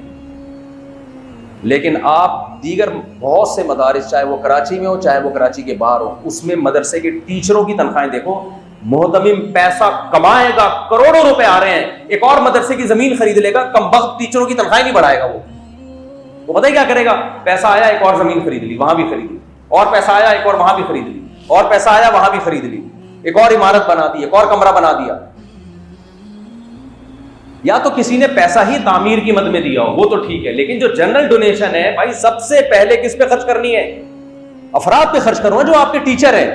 میں نے بتایا نا ایک مدرسہ ہے, میں نام نہیں بتاؤں گا, وہ پھر مدرسے کا محتمم ناراض ہو جائے گا.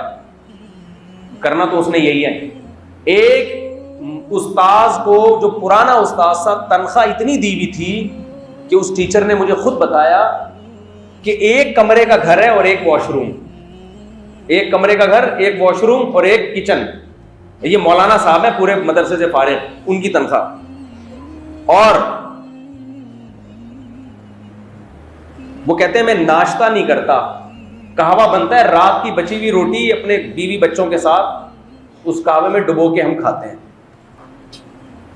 حالانکہ میں جانتا ہوں امام کے پاس، محتمم کے پاس کروڑوں روپے چندہ آتا ہے، اس کا تو تعویذ کا بزنس تھا محتمم کا، وہ تو ہر تعویذ کے اتنے پیسے لیتا تھا، 4 شادیاں کر لی تھی اس نے، لینڈ کروزر رکھی ہوئی تھی اس نے، ٹھیک ٹھاک کروڑ پتی آدمی، اور تنخواہ کتنی دے رہے، گھر کیسا دیا ہوا ہے، 1 کمرے کا، نہیں آئی میرا خیال ہے، بیوی بچوں والا آدمی، اس کو 1 کمرے کا گھر دیا ہوا ہے، اور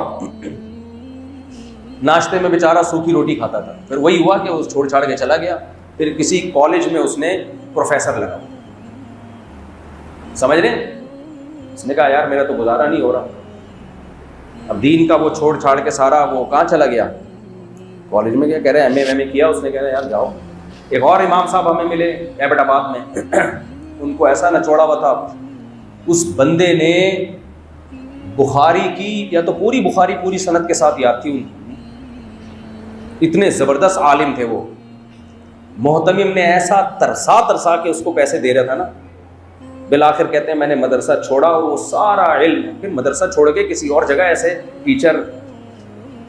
ٹیچنگ کا وہ شعبہ ملتا نہیں ہے، تو انہوں نے بھی بزنس کرنا شروع کیا، وہ جو دین کا علم سارا حاصل کیا تھا وہ سارا کیا ہو گیا، ضائع ہی ہو گیا نا۔ جب آپ بخاری یاد کر رہے ہو، آپ شیخ الحدیث بن رہے ہو، اور بھینسوں کا بزنس کر رہے ہو، تو جو پڑھا ہوا تھا وہ تو ضائع ہو گیا نا، کیا خیال ہے؟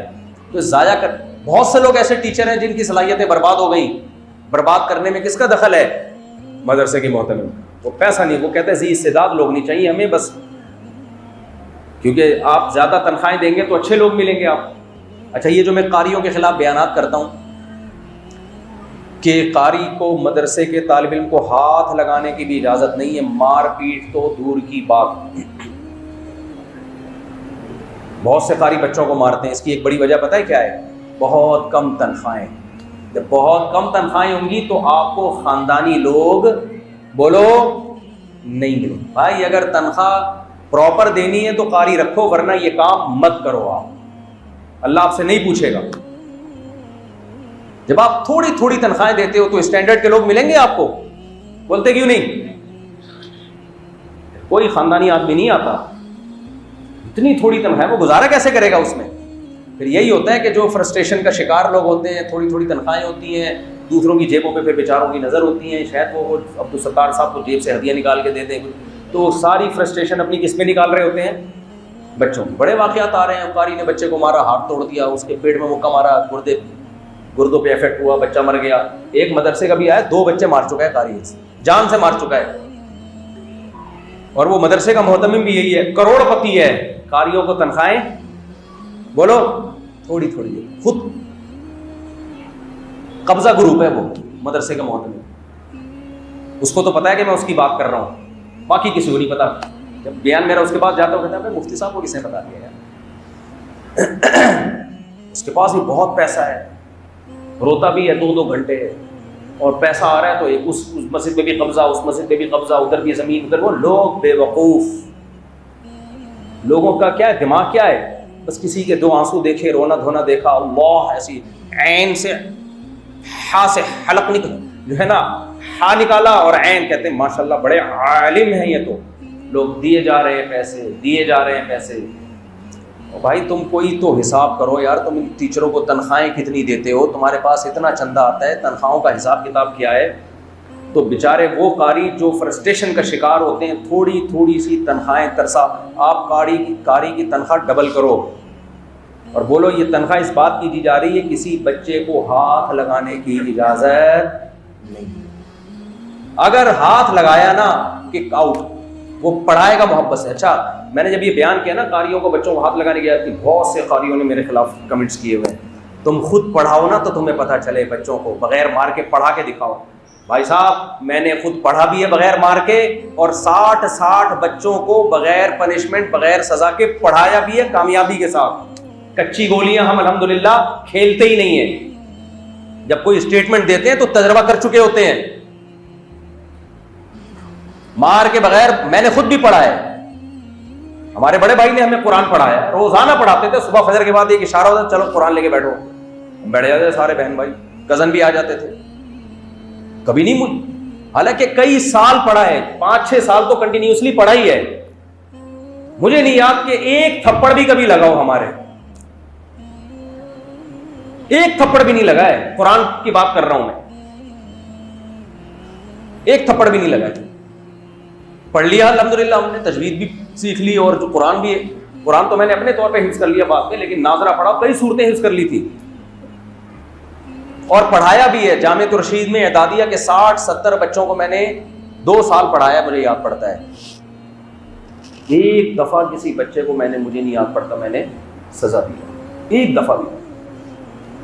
بچوں کو تو محبت سے پڑھاؤ یار, ان کو تو چٹکلے سناتا تھا, چھٹانکی, ایک کا نام چھٹانکی رکھا ہوا تھا, ایک کا نام ایسے مزے کو جو چھوٹے چھوٹے سے ہوتے ہیں, پدے پدے سے, ایسے انجوائے کرتے تھے, خوش ہوتے تھے جب میں آتا تھا, خوش ہوتے تھے. کامیاب ٹیچر وہ ہے کہ بچے اس ٹیچر کے آنے پہ خوش ہوں, وہ چاہے کہ یہ آئے اور ہمیں پڑھائے. اور ناکام ٹیچر وہ ہے کہ بچے سمجھے ہلاکو خان بغداد پہ حملہ کرنے کے لیے آ رہا ہے. بچے چاہے کہ یہ کمبخت چھٹی کرے, مرے. یہ آج جو ٹیچر ہیں زیادہ تر وہ ایسے ہیں کہ بچے چاہتے ہیں مرے نہ آئے. وہ میں لطیفہ ایسی تھوڑی سناتا ہوں.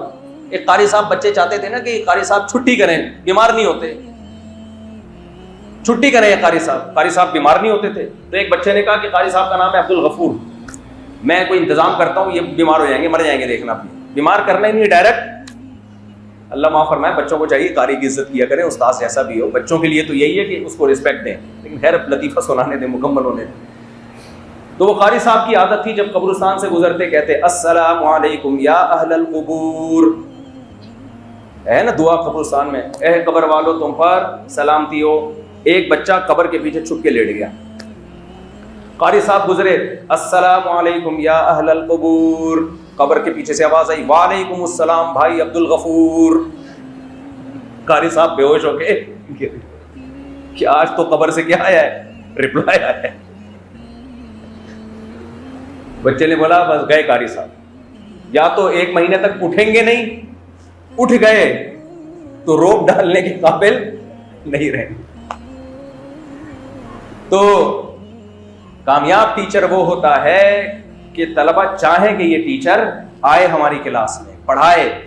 اپنی بد اخلاقی ہے بچوں پہ نکالی جا رہی, یہ تو کسی گھر میں جھگڑا ہوا ہوتا ہے, یا ویسی کم تنخواہ کی وجہ سے فرسٹریشن کا شکار ہوتے ہیں, یا کچھ بھی نہ ہو تو خود پیٹے ہوتے ہیں, تو وہ آگے پارسل کر رہے ہوتے ہیں.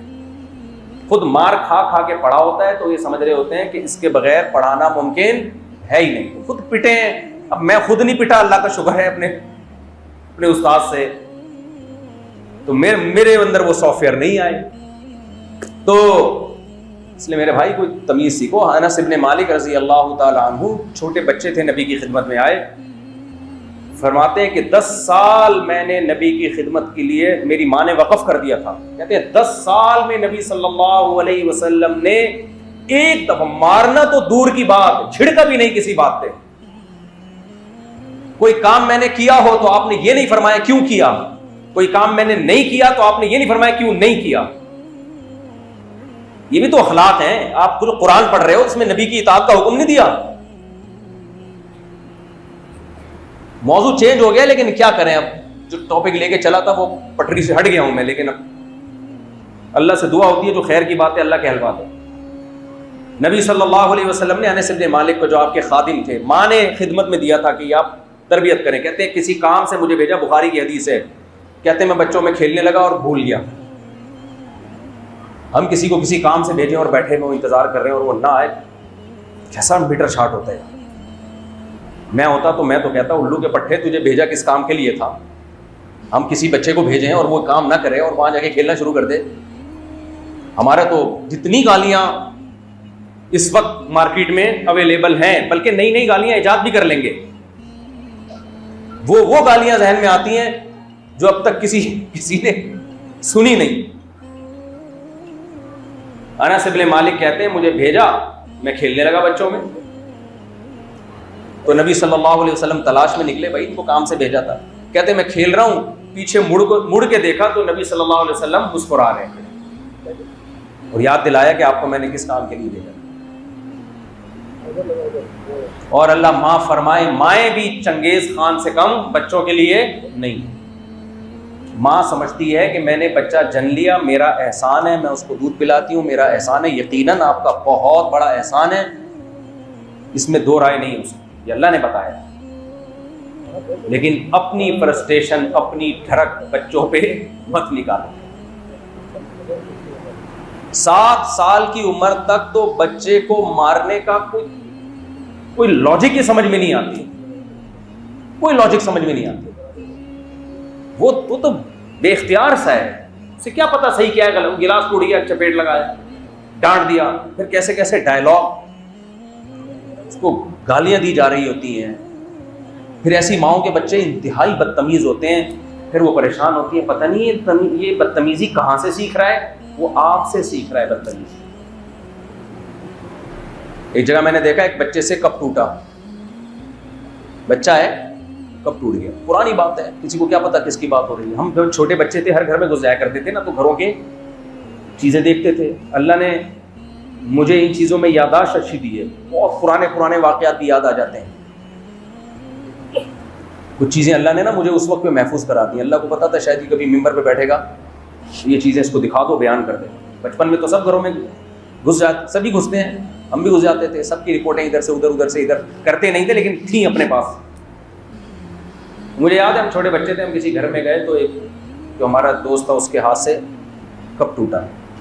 پہلے ماں نے تانا دیا، اندھا ہے، نظر نہیں آتا، ہاتھ ٹوٹے ہوئے ہیں۔ پھر اس کی بہن نے تانا دیا، اس کا تو کام ہی یہی ہے۔ پھر بھائی نے تانا دیا، پھر اتنے تانے۔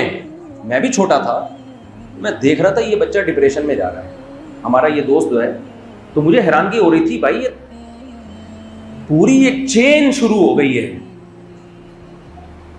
جب تک زچ نہ کر لینا اگلے کو۔ میرا کیا معمول ہے پتہ ہے، کبھی ہمارے گھر میں بچے سے کوئی چیز ٹوٹ جائے نا تو مجھے غصہ نہیں آتا، ہنسی آتی ہے۔ ہنسی کیوں آتی ہے؟ کہ اس کو چہرہ دیکھنے والا ہوتا ہے۔ دیکھو کسی کے ہاتھ سے بھی کچھ ٹوٹے گا نا تو اس کو خود بخود نیچرلی کچھ شرمندگی محسوس ہو رہی ہوتی ہے، تو اسی محسوس ہونا کافی ہے، بس اتنا کافی ہے، اس پہ ہنسی آ رہی ہے۔ چھوٹے بچے سے تو یہی ہوتا ہے، گلاس ٹوٹ جائے، کپ ٹوٹ جائے، تو وہ اب دیکھ رہے ہوتے ہیں کہ اب وہ گلاس کو نہیں دیکھ رہے ہوتے، دائیں بائیں دیکھ رہے ہوتے ہیں کہ تو میرے بھائی خود بدتمیزیاں کر کر کے اپنے گھر کا ماحول بچوں کے ساتھ خراب کرتے ہو۔ بچہ جب بدتمیز ہوتا ہے کہتے پتہ نہیں بدتمیزی کہاں سے سیکھ رہا ہے، یہ کہیں سے بھی نہیں سیکھ رہا، وہ ماں سے سیکھ رہا ہے، وہ ڈیڈی اور پاپا سے بولو سیکھ رہا ہے، کہیں اور جانے کی اس کو ضرورت نہیں۔ اور اگر کہیں اور کوئی بدتمیز سے واسطہ پڑ بھی جائے تو اتنا سیکھتا نہیں ہے، سب سے پہلے کہاں سے سیکھتا ہے؟ گھر سے سیکھتا ہے۔ میں یہ نہیں کہہ رہا اس کو ڈانٹے نہیں، کسی بات پہ تنبیہ نہ کریں، تمیز ڈانٹنے کا بھی کوئی تمیز والا طریقہ ہوتا ہے، کوئی تمیز سے بھی ڈانٹا جاتا ہے۔ 7 سال سے پہلے کا تو کچھ ہے ہی نہیں ڈانٹنا واٹنا، محبت سے بس تنبیہ کر دی جائے، ایسے نہیں ایسے کرتے ہیں۔ بچوں کو تو روبوٹ کی طرح جس ٹریک پہ ڈالو چلنا شروع ہو جاتے ہیں۔ آپ بچے کے سامنے 5-10 دفعہ یہ کہو نا گانا سننا گناہ ہے، گانا سننا بری بات ہے، گانا سنتے ہی وہ اپنی کانوں میں انگلیاں ڈال دے گا، یہ ہم نے نوٹ کیا ہے۔ آپ بچوں کو بولو کہ بیٹا یہ تصویر اسلام میں کیا ہے؟ حرام ہے، چند بار محبت سے، ماں اور باپ ایک ہی چیز سکھا رہے ہو، ایسا نہ ہو ماں الگ سکھا رہی ہو باپ کچھ اور سکھا رہا ہو، پھر بچہ کنفیوز ہوتا ہے۔ باپ سکھا رہے کہ بیٹا تصویر بری چیز ہے، جیسے ڈال آ جاتی ہے نا گھروں میں بچیوں کو بتاتا ہوں یہ ڈال کی چہرہ خراب کر دو، تصویر حرام ہے۔ ہمارے تو اللہ کا شکر گھر والے بھی یہ سکھا رہے ہوتے ہیں، لیکن اگر گھر والے الٹا سکھا رہے ہو نہیں تمہارا باپ تو فنڈامنٹل قسم کا مولوی ہے، چھوڑو، اب بچہ نہ ادھر کا رہے گا نہ ادھر کا رہے گا، کسی کام کا نہیں رہے گا، وہ نہ ماں کا بنے گا نہ باپ کا بنے گا، دونوں ایک ہی چیز سکھاؤ بھائی اس کو۔ وہ کھانے والے سے سرگودا کی طرف کھینچ رہی ہے ٹرین کو اور یہ لاہور کی طرف کھینچ رہا ہے ٹرین کو، تو ٹرین تو 2 ٹکڑوں میں تقسیم ہو جائے گی۔ تو خیر بات کو سمیٹتا ہوں میرے بھائی، کہاں سے بس 2-3 منٹ میں بات کو جلدی سمیٹ کے ختم کرتا ہوں۔ بات کیا چل رہی تھی؟ ہاں تو وہ جو بیچارہ سیدھا امام ہوتا ہے نا اس کی تنخواہ بڑھا دیا کرو، جو شریف شرفا قسم کا۔ تمہاری مسجد کا امام اگر نیک شریف شرفا ہے جو کہ زیادہ تر ہوتے ہیں تو اس کی تنخواہ پراپر تنخواہ رکھو، اس کا گھر اسٹینڈرڈ کا گھر دو اس کو، سمجھتے ہو؟ اس کا خیال کیا کرو۔ خیر میں بات یہاں سے لے کے چلا تھا، کہاں سے لے کے چلا تھا؟ بات کہنے والے کا اعتبار ہوتا ہے۔ ہاں میں بات یہاں سے لے کے چلا تھا کہ دیکھو جو جس کو ضرورت ہوتی ہے نا اس کی بات کا اعتبار ہوتا ہے۔ تبھی یہ جو لوگوں کے فیس بک پہ ٹک ٹاک پہ بہت سارے آڑے ترچھے تبصرے آ رہے ہوتے ہیں، اور ان کو زیادہ وہ نہ لیا کرو، اور خاص طور پہ اپوزیشن کی باتوں کو تو بالکل ویلیو نہ دیا کرو، چاہے وہ کوئی بھی ہو، کوئی بھی ہو۔ خود سے تحقیق کرو، اپوزیشن کی بعض دفعہ بات صحیح بھی ہوتی ہے، صحیح بھی ہوتی ہے, لیکن وہ اپوزیشن کے کہنے سے نہیں, خود تحقیق کرو, اور اگر تحقیق نہیں ہے تو خاموشی اختیار کرو. سمجھتے ہو؟ کیونکہ ہمیں قرآن نے حکم دیا ہے کہ کسی بات کو بھی تحقیق کے بغیر آگے بیان مت کرو, یہ اللہ اس کے رسول صلی اللہ علیہ وسلم کا حکم ہے. اب میں اصل ٹاپک کی طرف آتا ہوں جو میں لے کے چلا تھا. تو میں بات یہ لے کے چلا تھا کہ میرے بھائی, جب بھی کوئی اسٹیٹمنٹ دی جاتی ہے تو پہلے یہ تحقیق کی جاتی ہے یہ ہے کس. مثال کے طور پر آپ کو کسی نے کہا کہ یہ دوا کھا لو, اس بیماری میں فائدہ مند ہے, آپ کو یہ کس نے کہا ہے؟ آپ کو جو گلی کے چوکی دار نے کہا ہے, آپ اس کی بات کو ویلیو نہیں دو گے. آپ کو وہ کہتا ہے فلاں نے کہا, ویلیو, ہاں وہ کہتا ہے فلاں ڈاکٹر کی یہ رپورٹ ہے.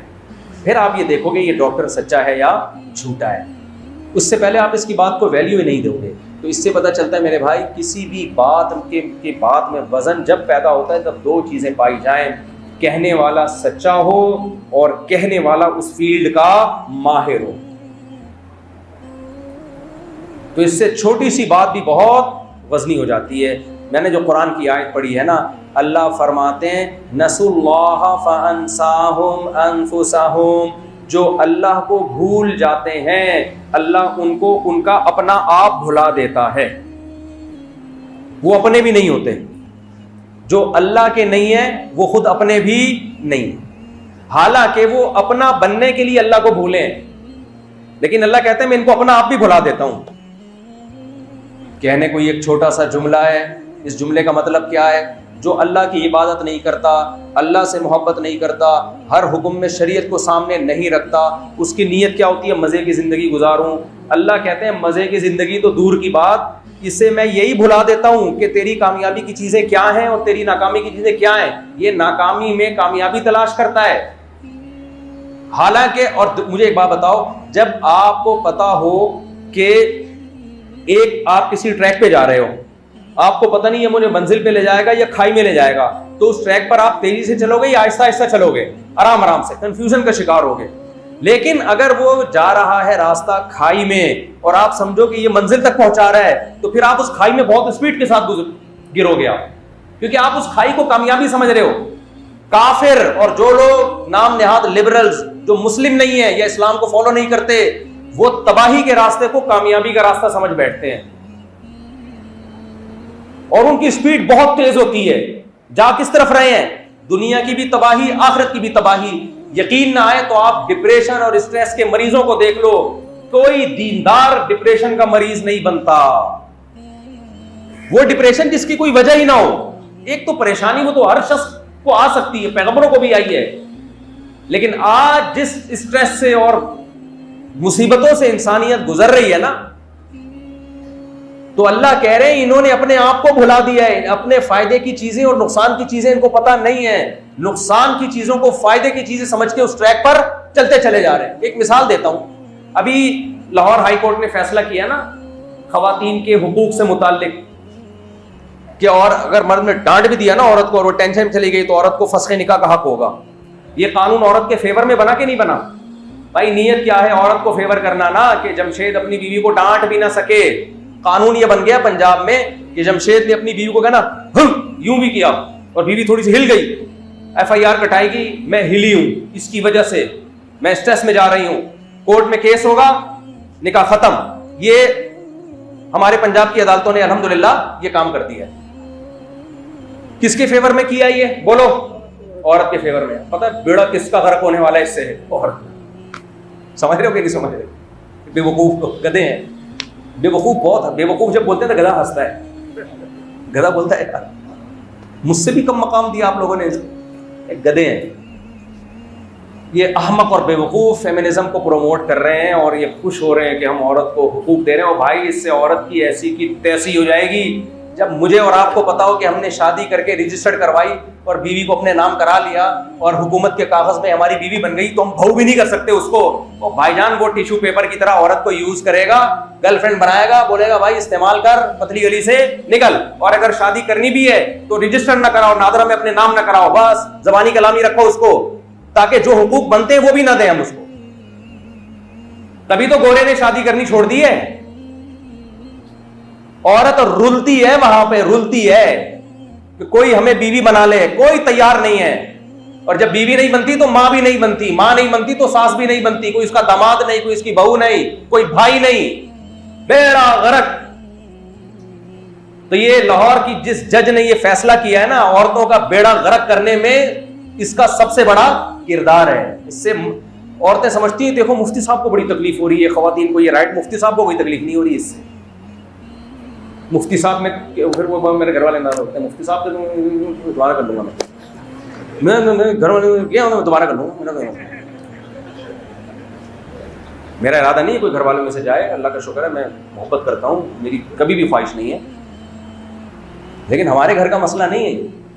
ایک دفعہ کسی نے کہا مفتی صاحب آپ عدالتی خلا کے خلاف اتنا بولتے ہو، آپ کی وائف نے بھی خلا لیا. میں نے کہا میری کسی بیوی نے عدالت سے خلا نہیں لیا، سمجھ رہے ہو، اس لیے میرے گھر کا الحمدللہ یہ مسئلہ نہیں ہے. بدگمانی بہت ہے نا، کوئی بات کر رہے ہو لوگ سمجھتے ہیں شاید یہ اپنے آپ کو فیور کر رہا ہے.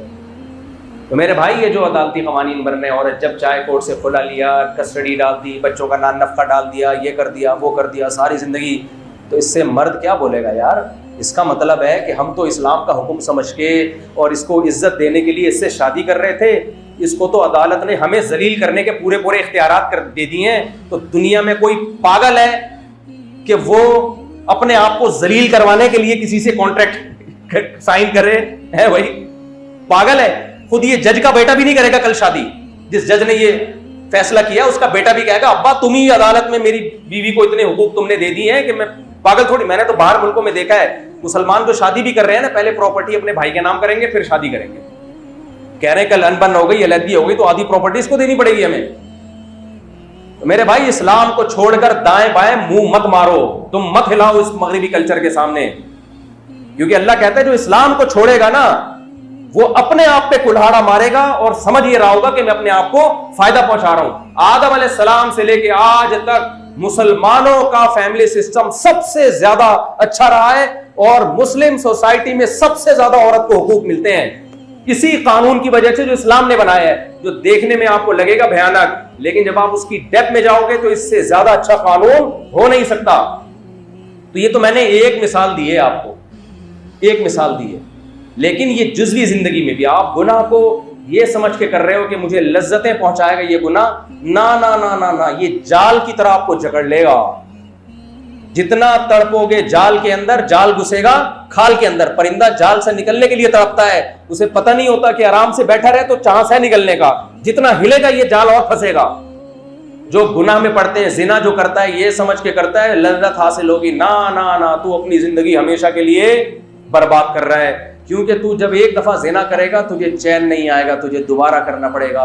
پھر زنا میں وہ لذت تو نہیں رہے گی جو تجھے فرسٹ ٹائم آئی تھی، لیکن لت پڑ جائے گی. اس لت کا نقصان کیا ہوگا؟ تیرا گھر آباد نہیں ہو سکتا، تجھے اولاد سے محبت نہیں مل، تجھے بیوی سے جو محبت ہونی چاہیے وہ بھی نہیں ہوگی، کیونکہ تو بیسیوں جگہ گٹر میں جو منہ مارنے کا عادی ہو چکا ہو، جو گوں کھانے کا عادی ہو چکا ہو، اسے شہد میں مزہ آئے گا؟ چرسی کو ایک طرف شہد رکھو، ایک طرف بدبودار ہیروئن رکھو، وہ کس طرف جائے گا؟ وہ ہیروئن کی طرف جائے گا. شرابی کے سامنے آپ مشک و عنبر ڈال کے دودھ رکھو بھینس کا خالص تازہ تازہ، کتنا مزے کا ہوتا ہے، اور اس میں زعفران ملا دو، اور ایک طرف بدبودار شراب رکھو، وہ کدھر جائے گا؟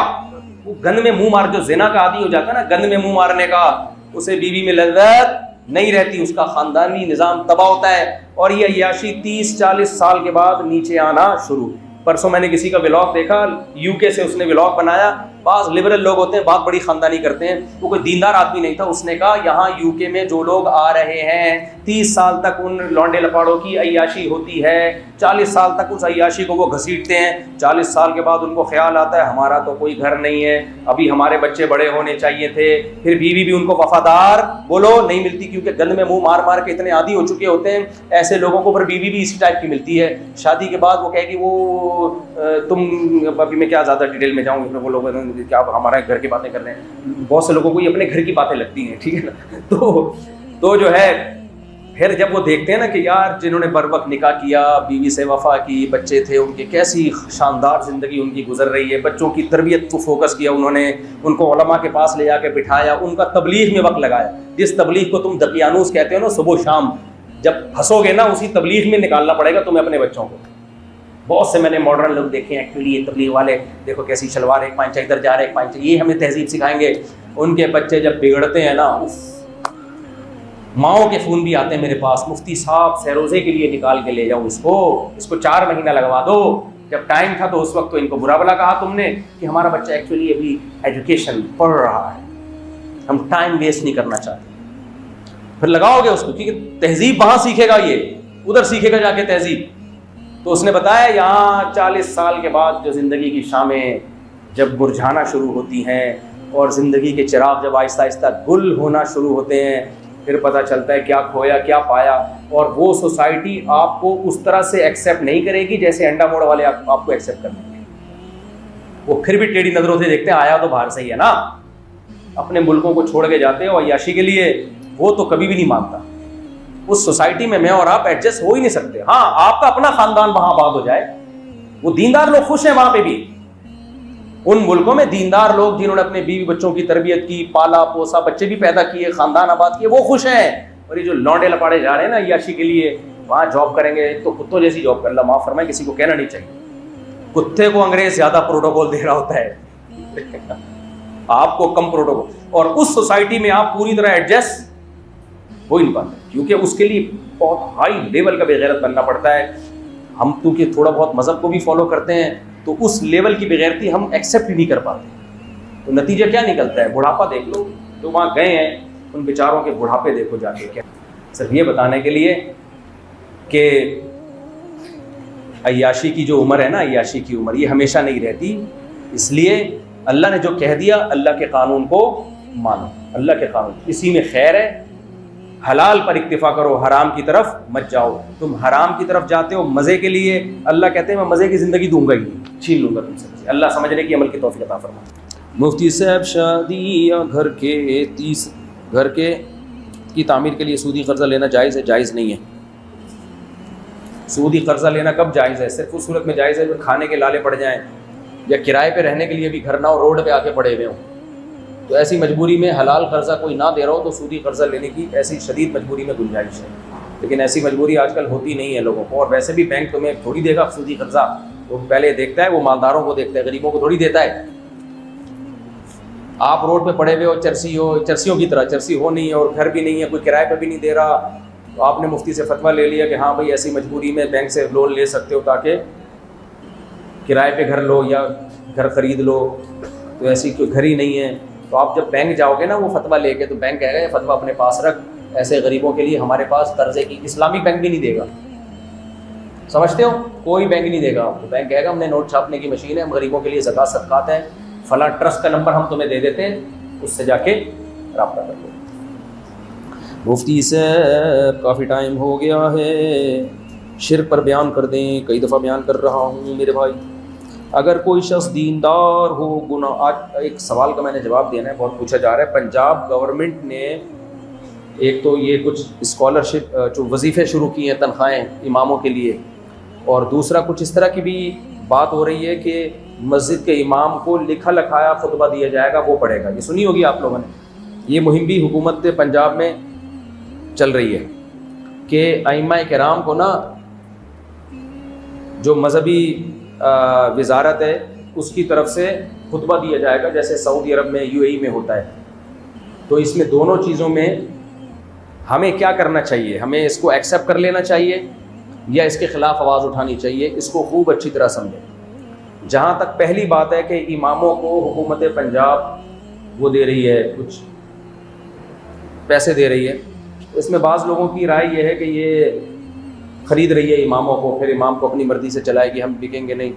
تو دیکھو یہ میں یہ سمجھتا ہوں اس میں ہمیں تبصرہ کرنے کے بجائے جو مساجد کے ائمہ ہیں پنجاب کے مساجد جن کو دے رہی ہے وہ بات کریں تو وہ بات زیادہ ریلائبل ہے. وہ اگر خوش ہیں اس آفر پہ سبحان اللہ, اور اگر وہ کہہ رہے نہیں ہمیں نہیں چاہیے, اس طرح سے تم ہم کو خرید لو گے, تو پھر ہمیں, کیونکہ جو گھر کا بھیدی ہوتا ہے وہ گھر کے راز زیادہ جانتا ہے. دیکھو مجھے ایک بات بتاؤ, حکومت مجھے اگر کوئی تنخواہ دے رہی ہو کہ آپ الفلاحیہ مسجد کے امام ہو, 50,000 روپے ہر مہینے مفتی صاحب کے اکاؤنٹ میں آیا کریں گے گورنمنٹ آف پاکستان کی طرف سے. ویسے اتنی اچھی گورنمنٹ نہیں ہے 50,000 روپے دے, ایک مثال دے رہا ہوں, مثال اچھی دینی چاہیے. تو اب لوگ کچھ کہنا شروع کر دیں حکومت مفتی صاحب کو خرید رہی ہے, یا کوئی کہے نہیں خرید نہیں رہی, اچھا اقدام کر رہی ہے. تو بھائی مفتی صاحب سے پوچھو نا کہ آپ اس پیشکش پہ راضی ہیں یا آپ کو ایسا لگ رہا ہے کہ میں بک جاؤں گا, کیا خیال ہے؟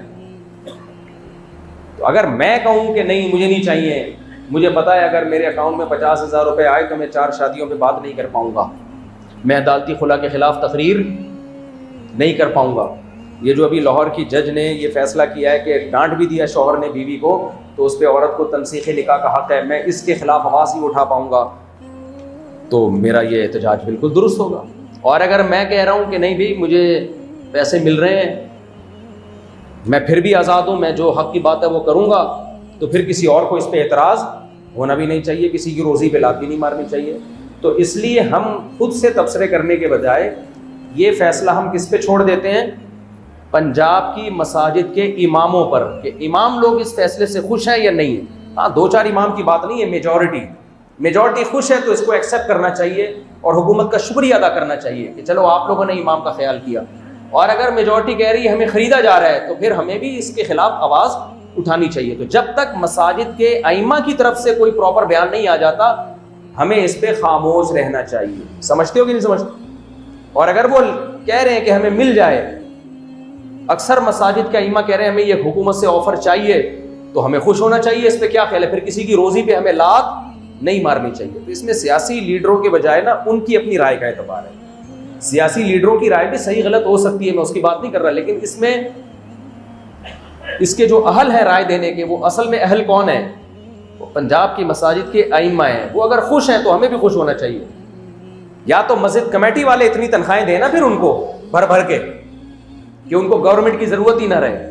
کمیٹی نے بھی نہ چھوڑ کے ان کو خون سارا نہ چھوڑا ہوا ہوتا ہے ان کا, اور اب گورنمنٹ بھی کوئی آفر دے رہی ہے تو وہ بھی نہ دیں اس کو, تو یہ تو بیچاروں پہ ظلم ہے. اس لیے اماموں پہ چھوڑ دینا چاہیے. دوسرا جو مسئلہ ہے کہ چونکہ یہ فیصلہ ہونے سے پہلے اگر یہ میرا کلپ وائرل ہو جائے تو اس کا فائدہ زیادہ ہوگا. مجھے بہت سے لوگوں نے بتایا, حکومتی جو اہلکار ہیں انہوں نے بھی بتایا, جو اسمبلی